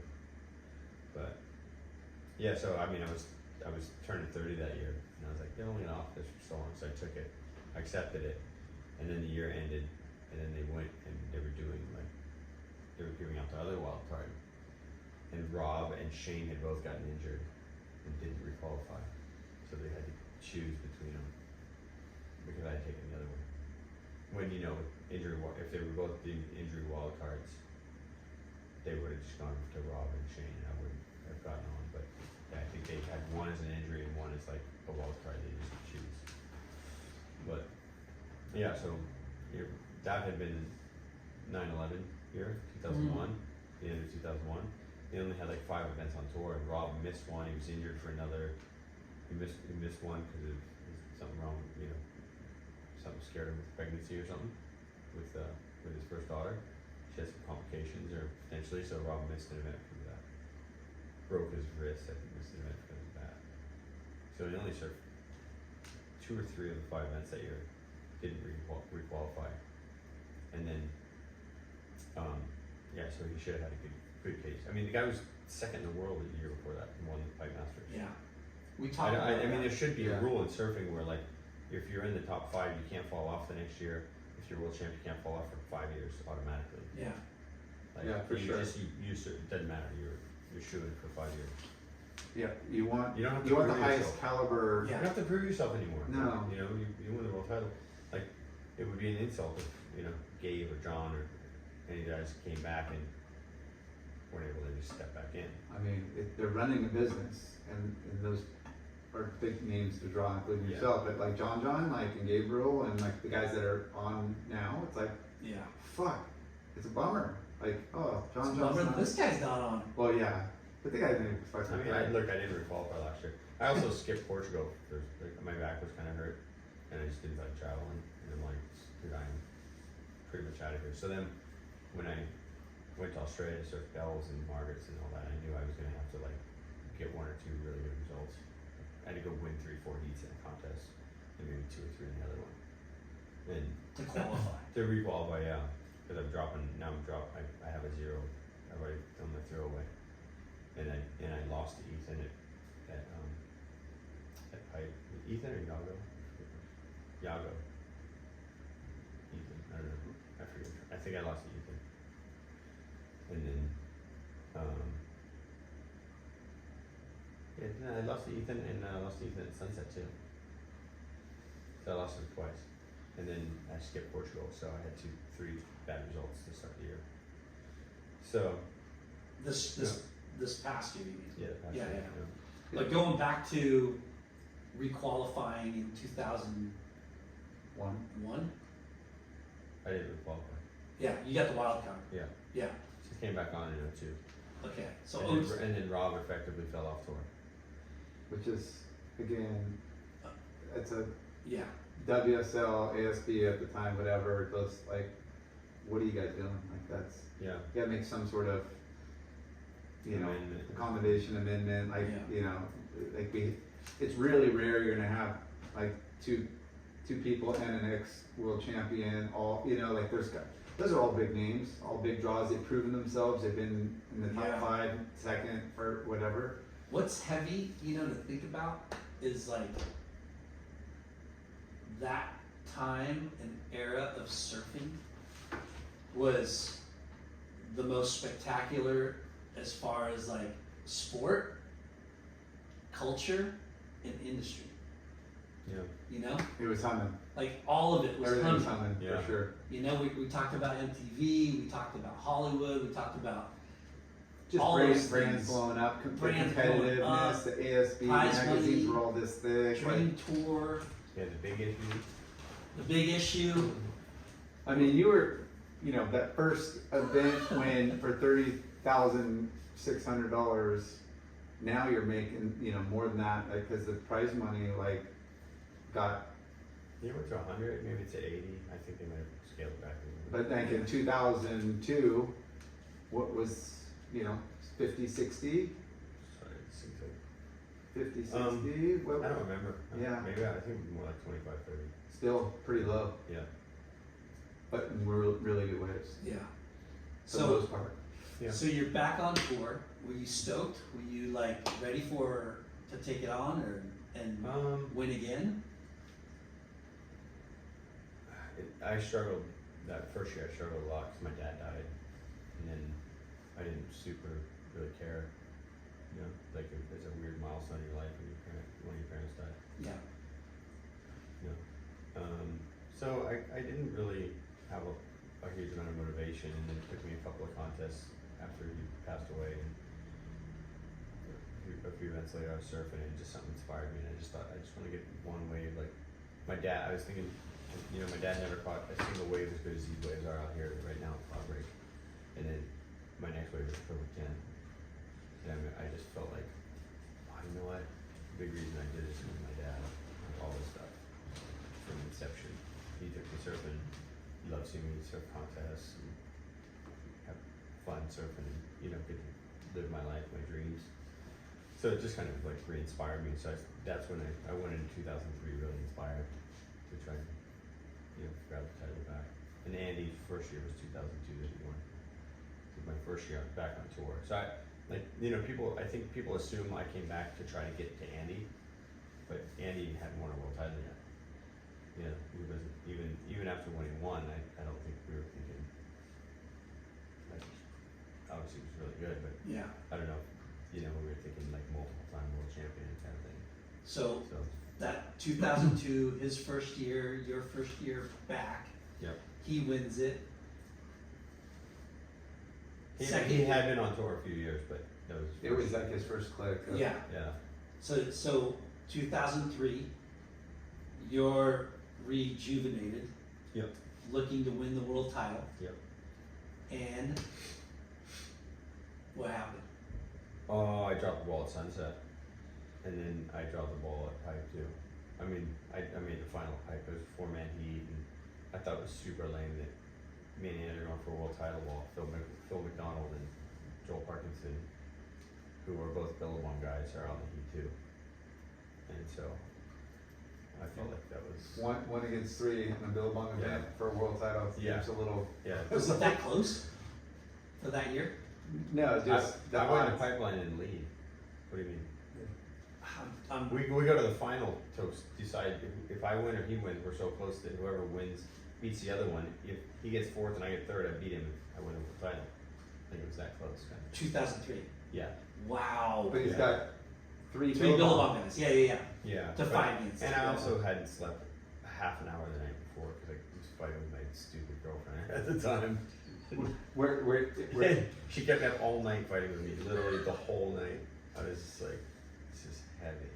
Yeah. Like, biggest day of my life tomorrow, and this chick cannot just keep it under You've control. had some problems with girls, Yeah, bro. I know. Where I'm off to a fling. were any of those guys There's a place.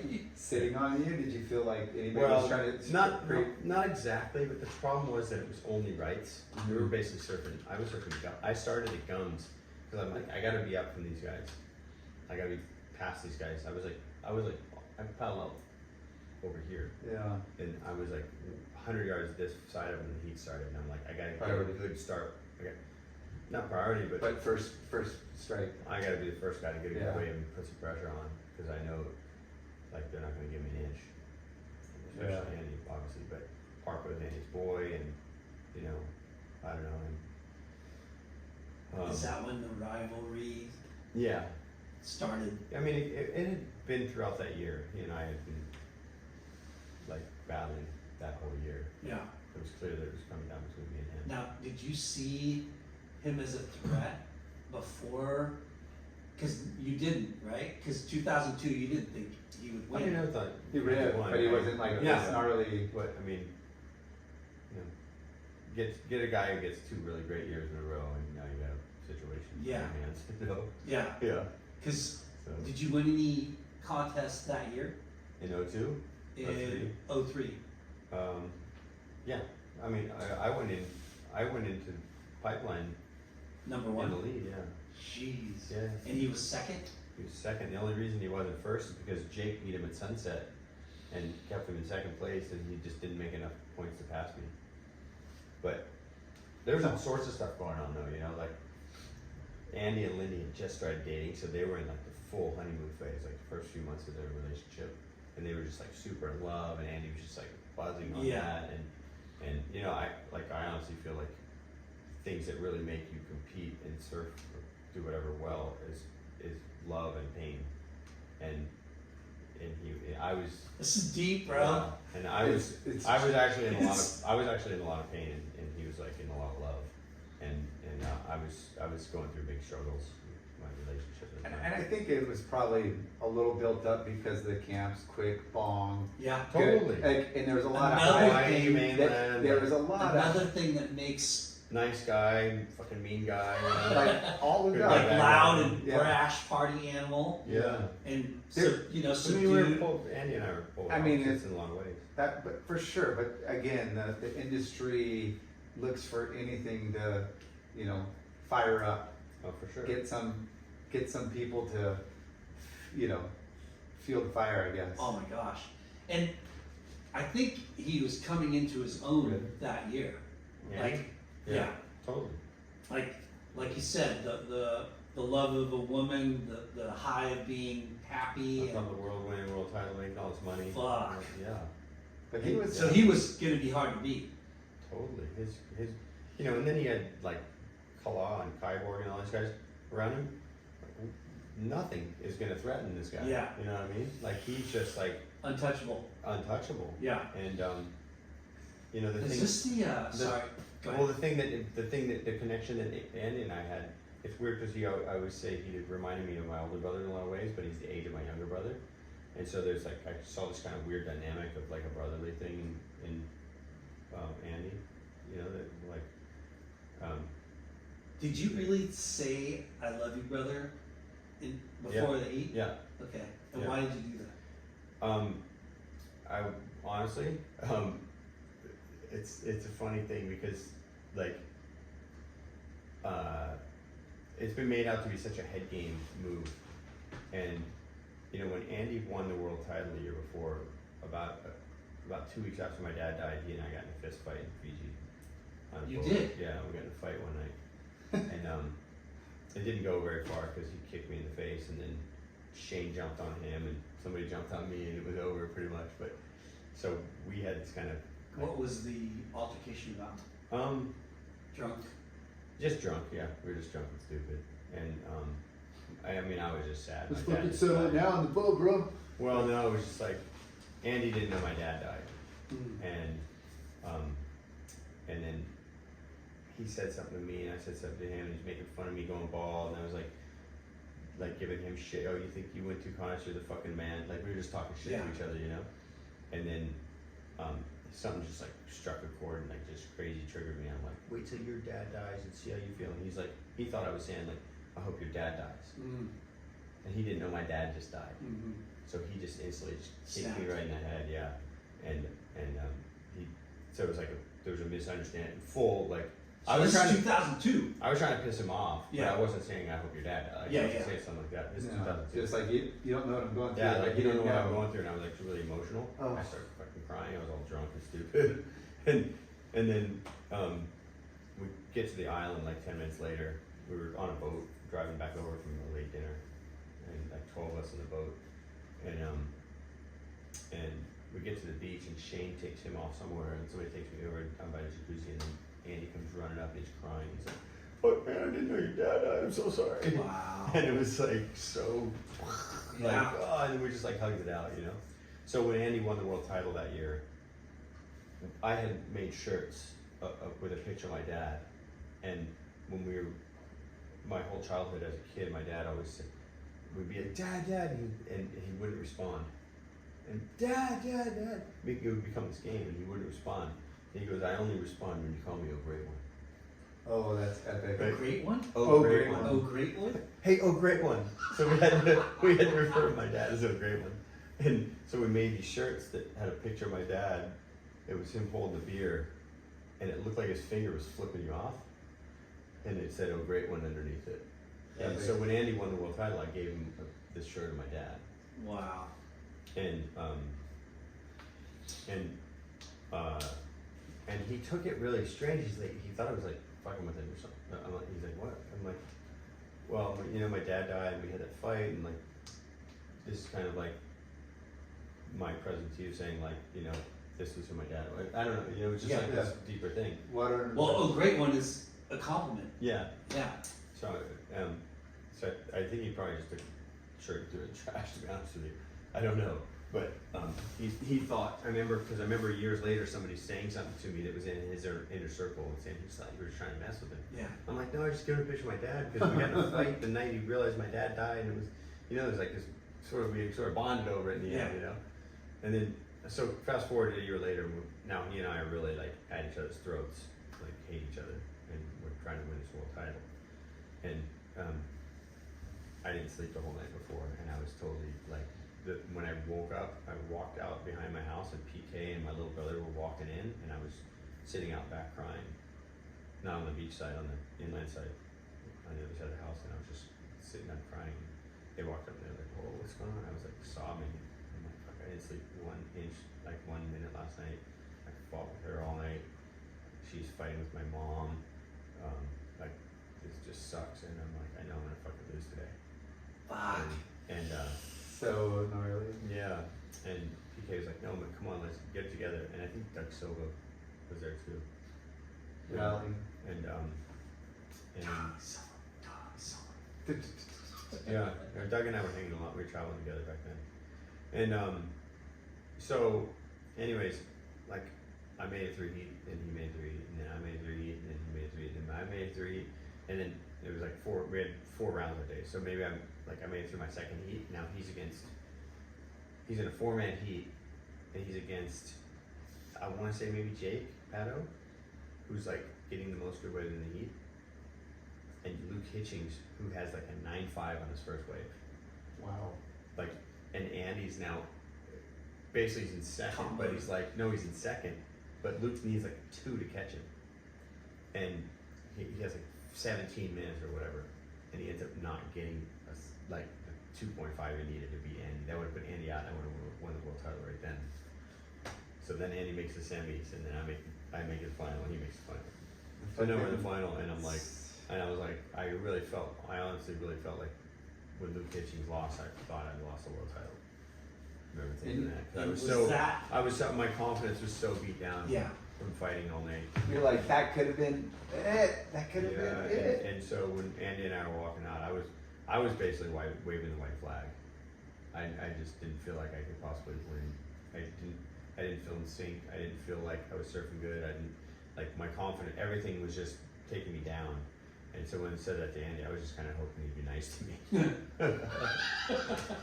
Have mercy. Like, Okay, knock me well. out, but not as hard as you can, you know? Yeah. And then, so, yeah, I mean, that's my perspective on it. Okay. A lot of people read into, you said you love him, you were just trying to get his head. I'm like, maybe so he'd be nice to me, but I didn't think saying that to Andy was gonna make him lose. Yeah. I just thought, like, Andy's a really aggressive person, and I'm a really sort of Passive like aggressive.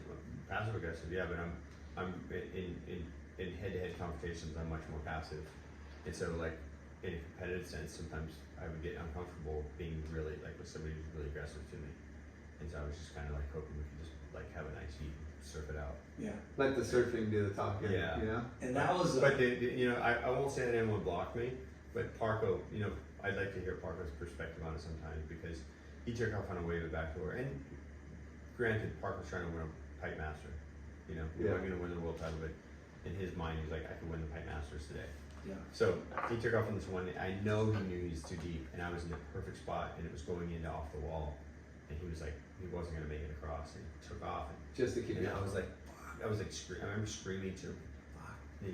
He kicked out before he got to me Oh. after I pulled back because he knew it wasn't going to make the section. Yeah. And Fuck. I was just like, fuck you. I was just so Yeah. mad. We know, gotta like- pull that footage like, up. Dude. I'm like, I know you're blocking me, freaking idiot. You know, Yeah. I'm screaming at Parco. And it would have been different if it was man on man. And I watched that wave peel off and blow out. It was a 10-point ride. I would have won the heat with that wave. For 100%, I would have won the heat with that wave. And that's when, going back to those 4-man, it's just fun. Wait, you know And that what's- was part of For the two well, we had to surf 4-man. This is actually why we came up with the overlapping heats.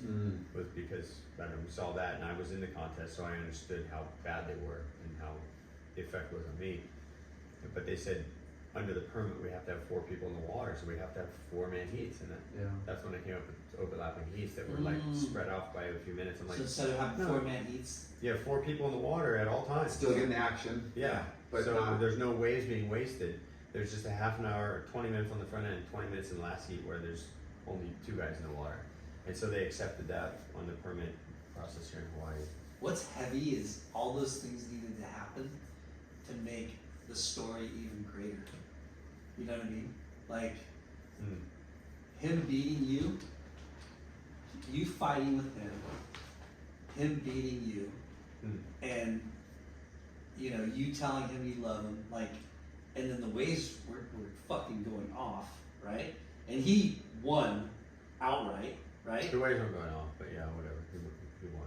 He won. Yeah, but you might be conflating a different year because the Maybe waves I are am. dog shit. Okay. It was. We were surfing north swell that was glancing back door. It was not a single left. Now is this the video that you're like sobbing in the shower? Yeah. Okay. That year. Blue Horizon. Yeah. Yeah. Yeah. I mean, all that is such an insane. But I mean, look, I was crying. Yeah, I was sad that I lost a world title, but I was actually crying about my life because I was not in a good place. Yeah. Like even emotionally, mentally, a month before that, I was in a great place, and I sort of rekindled this relationship that I shouldn't have, and it just killed me. Yeah. It was really bad. in In fact, when she and I broke up, Kai Borg and Andy begged me to get back together with her. We're gonna get one more. And the title, although it would have looked good on the record, still probably wouldn't have made your life any better the next day or the next month or whatever. You know? No, I mean, it wasn't going to change my life financially or my record very much. Or anything. Yeah. It was just like a goal I was set after, and I really was like pushing for it for my dad that year, you know, like because I got really inspired after he had passed away. Just I was like, you know, my dad loved watching me surf contests as a kid. He took me to all my contests and stuff, and so like, you know, out of respect for him, I'm not gonna change my mind because he passed away. I'm gonna be sad, you know. Was there an event that you wanted to win and didn't? Because it seems like you won every major. Oh, there's stuff. hundreds of those. Well, no, that's not like waves. So you Yeah. know, like you look at the monumental pipe masters, like the Eddie, Check. you know, check. Fells because it's so historic and long in the history there. Surf Ranch Pro. Lowers, I didn't want Choke. to. I actually never wanted to win Surf Ranch Pro. I'm Choke. glad I did. choke. Well, because everyone's bitching like you designed this waves for you, and so I was like, yeah, if I won, it would look pretty shitty, really.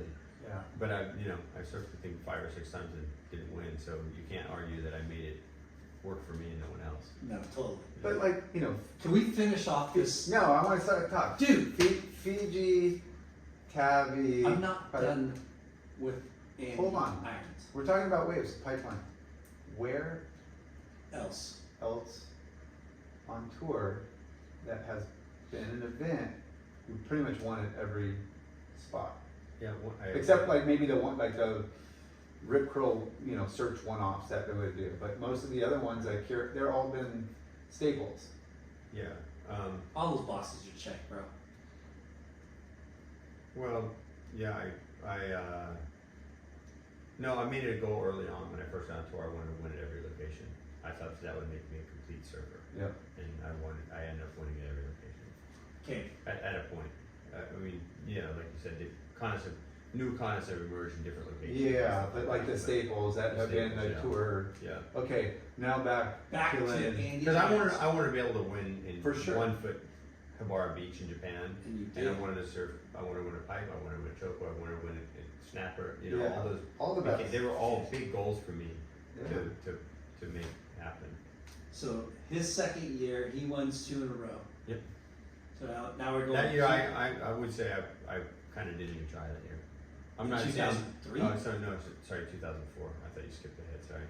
So now you're going 2004. Yes, in 2004, I was so heartbroken over the finish the way it did. You know, I had it in my grasp for like 3 events, and then he snatched it from me, and I just like, I don't want to feel that pain again, you know. But Yeah, because Letting Go, the movie, yeah, that kind of. I just had to get over it, you know. Yeah. In 2005, to start that year, I remember seeing Parco, and I said, which one of us is going to stop this guy finally? So 2004, you just mailed it in. Yeah, I don't remember what place I got. I might have got like 8th place or something. I just felt really, I was uninspired to get back, put myself in that situation again. I hadn't dealt with the loss, you know. Yeah. But you had time to stew on it and you're coming back. Yeah, so then in 2005, I remember talking to Parco at the opening ceremony, the award show on the Gold Coast, and I go, one of us gonna catch this guy. I go, you or me? Who's it gonna be? I was like, because we're the only 2 who can do it. And he's like, let's go. And so we both kind of like, I remember that year starting out, me and Parco kind of like made a little pinky swear. You know, one of us gonna beat this guy. Yeah. Because you know he's becoming super dominant, winning everywhere, He was a rock star. winning Too. 3 years in a row. Yeah. 3 years in a row, and he was fucking flamboyant. Yeah. He was the younger fucking Vice rock grip. star, Yeah. right? Yeah. I mean, he was telling me I was over the hill and all sorts of shit. You know. Oh, he's probably the best shit talker Yeah, ever. yeah. But the whole like this and all, you know what I mean? Like all that He shit was fucking sick. made him the guy you hated that you loved. You know what I mean? Like he Look was at, so fucking like look at him and Nick Campbell, like he's Oh, yeah. trying to take him out with his board. it made surfing like Yeah, but he wasn't about to start trying to fight me. Oh, Nick would have lit him up. Yeah. Nick punched him. That's the only reason. That's the only reason he tried to hit him with the board. Yeah. so Nick was a really good boxer. I mean, he had some he got into boxing Training, for a while. yeah. So you He was and feisty. Parco. So you're refocused. You took 2004 off Mentally, yeah. mentally. In 2005, you made a pact, pinky swear. We're More or gonna less, one yeah. of us is gonna fucking win this sport. I just had to say it out loud. Really. To validate to yourself. Yeah, and, yeah. So then 2005, I just got on a roll. Just started, everything was happening for me. Yeah. Because in that video, I love watching that video because you know you're talking about it and the ways that they showed. You know, the falling down, almost falling down. Yeah, at Chopo. No, at Cloudbreak, I think it was. The free fall into the barrel? Yeah. That's called Sure. Chopo. Oh, is that your Yeah. Okay. Why is this guy testing me right here? He's just like, hey, you remember that one? I don't know. The one you free fell and made you in the perfect spot. Dude, You got freaking. I thought that was Cloudbreak, but Lyndon's never been to those places. I've never Nor been to would those ever have places, so those give me a break, bro. Is it right? I'll kick you in the dick. So, 2005, you started off like gangbusters, right? Or did it take a couple? I'd have to look back at the results. I don't remember. Dude, you don't know this one? You don't know your comeback fucking year? Well, did I win Snapper and Bells? I don't know. No, Did that you? was You're supposed to tell I us. did 06, 08, and 06 and 08. I won both those occasions. But 05. 05, I don't remember. Honestly, I don't remember right now. No, I don't think you won the first two. I think it was when's Cloudbreak? Is that the second or third or Probably what? fourth event. So I think you had That was a later in the year, like Yeah. sixth event. because that's when the story letting go starts June coming ish. to fruition, Yeah. and Yeah. then you just blitzkrieg, right? Yeah, I think there's a lot of good swells during that like year too, right? I think like Was that the year of the Japan? Japan was going off, Fuck. typhoon Because he It was Japan, Oh. and it was J-Bay. and J No, Bay. oh, J-Bay 03 or 05? 05. Yeah. that was the controversial J-Bay final. It wasn't controversial. Where you fell at the end of it. Oh yeah, then. You know, it's funny because the problem with that heat and watching it back or hearing about it is the scoring, Yeah. and it's the scoring in context relative to each other in each ride. Andy's got two rides mid-7. I had like a 6.8 and like a 9.3 or whatever, but all those scores are like a point and a half high, all of them. Like, but my backup score is probably really the story of the story, because my backup score was a smaller wave that I surfed better than any other wave in the final. But but it wasn't a big set. I just like really pushed it and kind of threw the tail out and got a variety of different maneuvers, and I was really like going after the wave. And Andy's waves, he got the better waves, but then he just kind of tapped them and went down the line. He really didn't, and he was complaining about his calves. He was getting like tight calves and like cramps, and I remember mentioning it. I remember just kind of And then tucking watching out. him surf, and he Kind of wasn't really tucking- laying. Yeah, like, and he into it wasn't really. doing his Andy turns, you know. Yeah. And but he was super tired. I remember him being super tired. 4th heat of the day in cold water, and Yeah. not the best food on the beach there and stuff. So, but it was more of I thought it was more of a story of my backups and where the scoring started. You know, they started high with the scoring.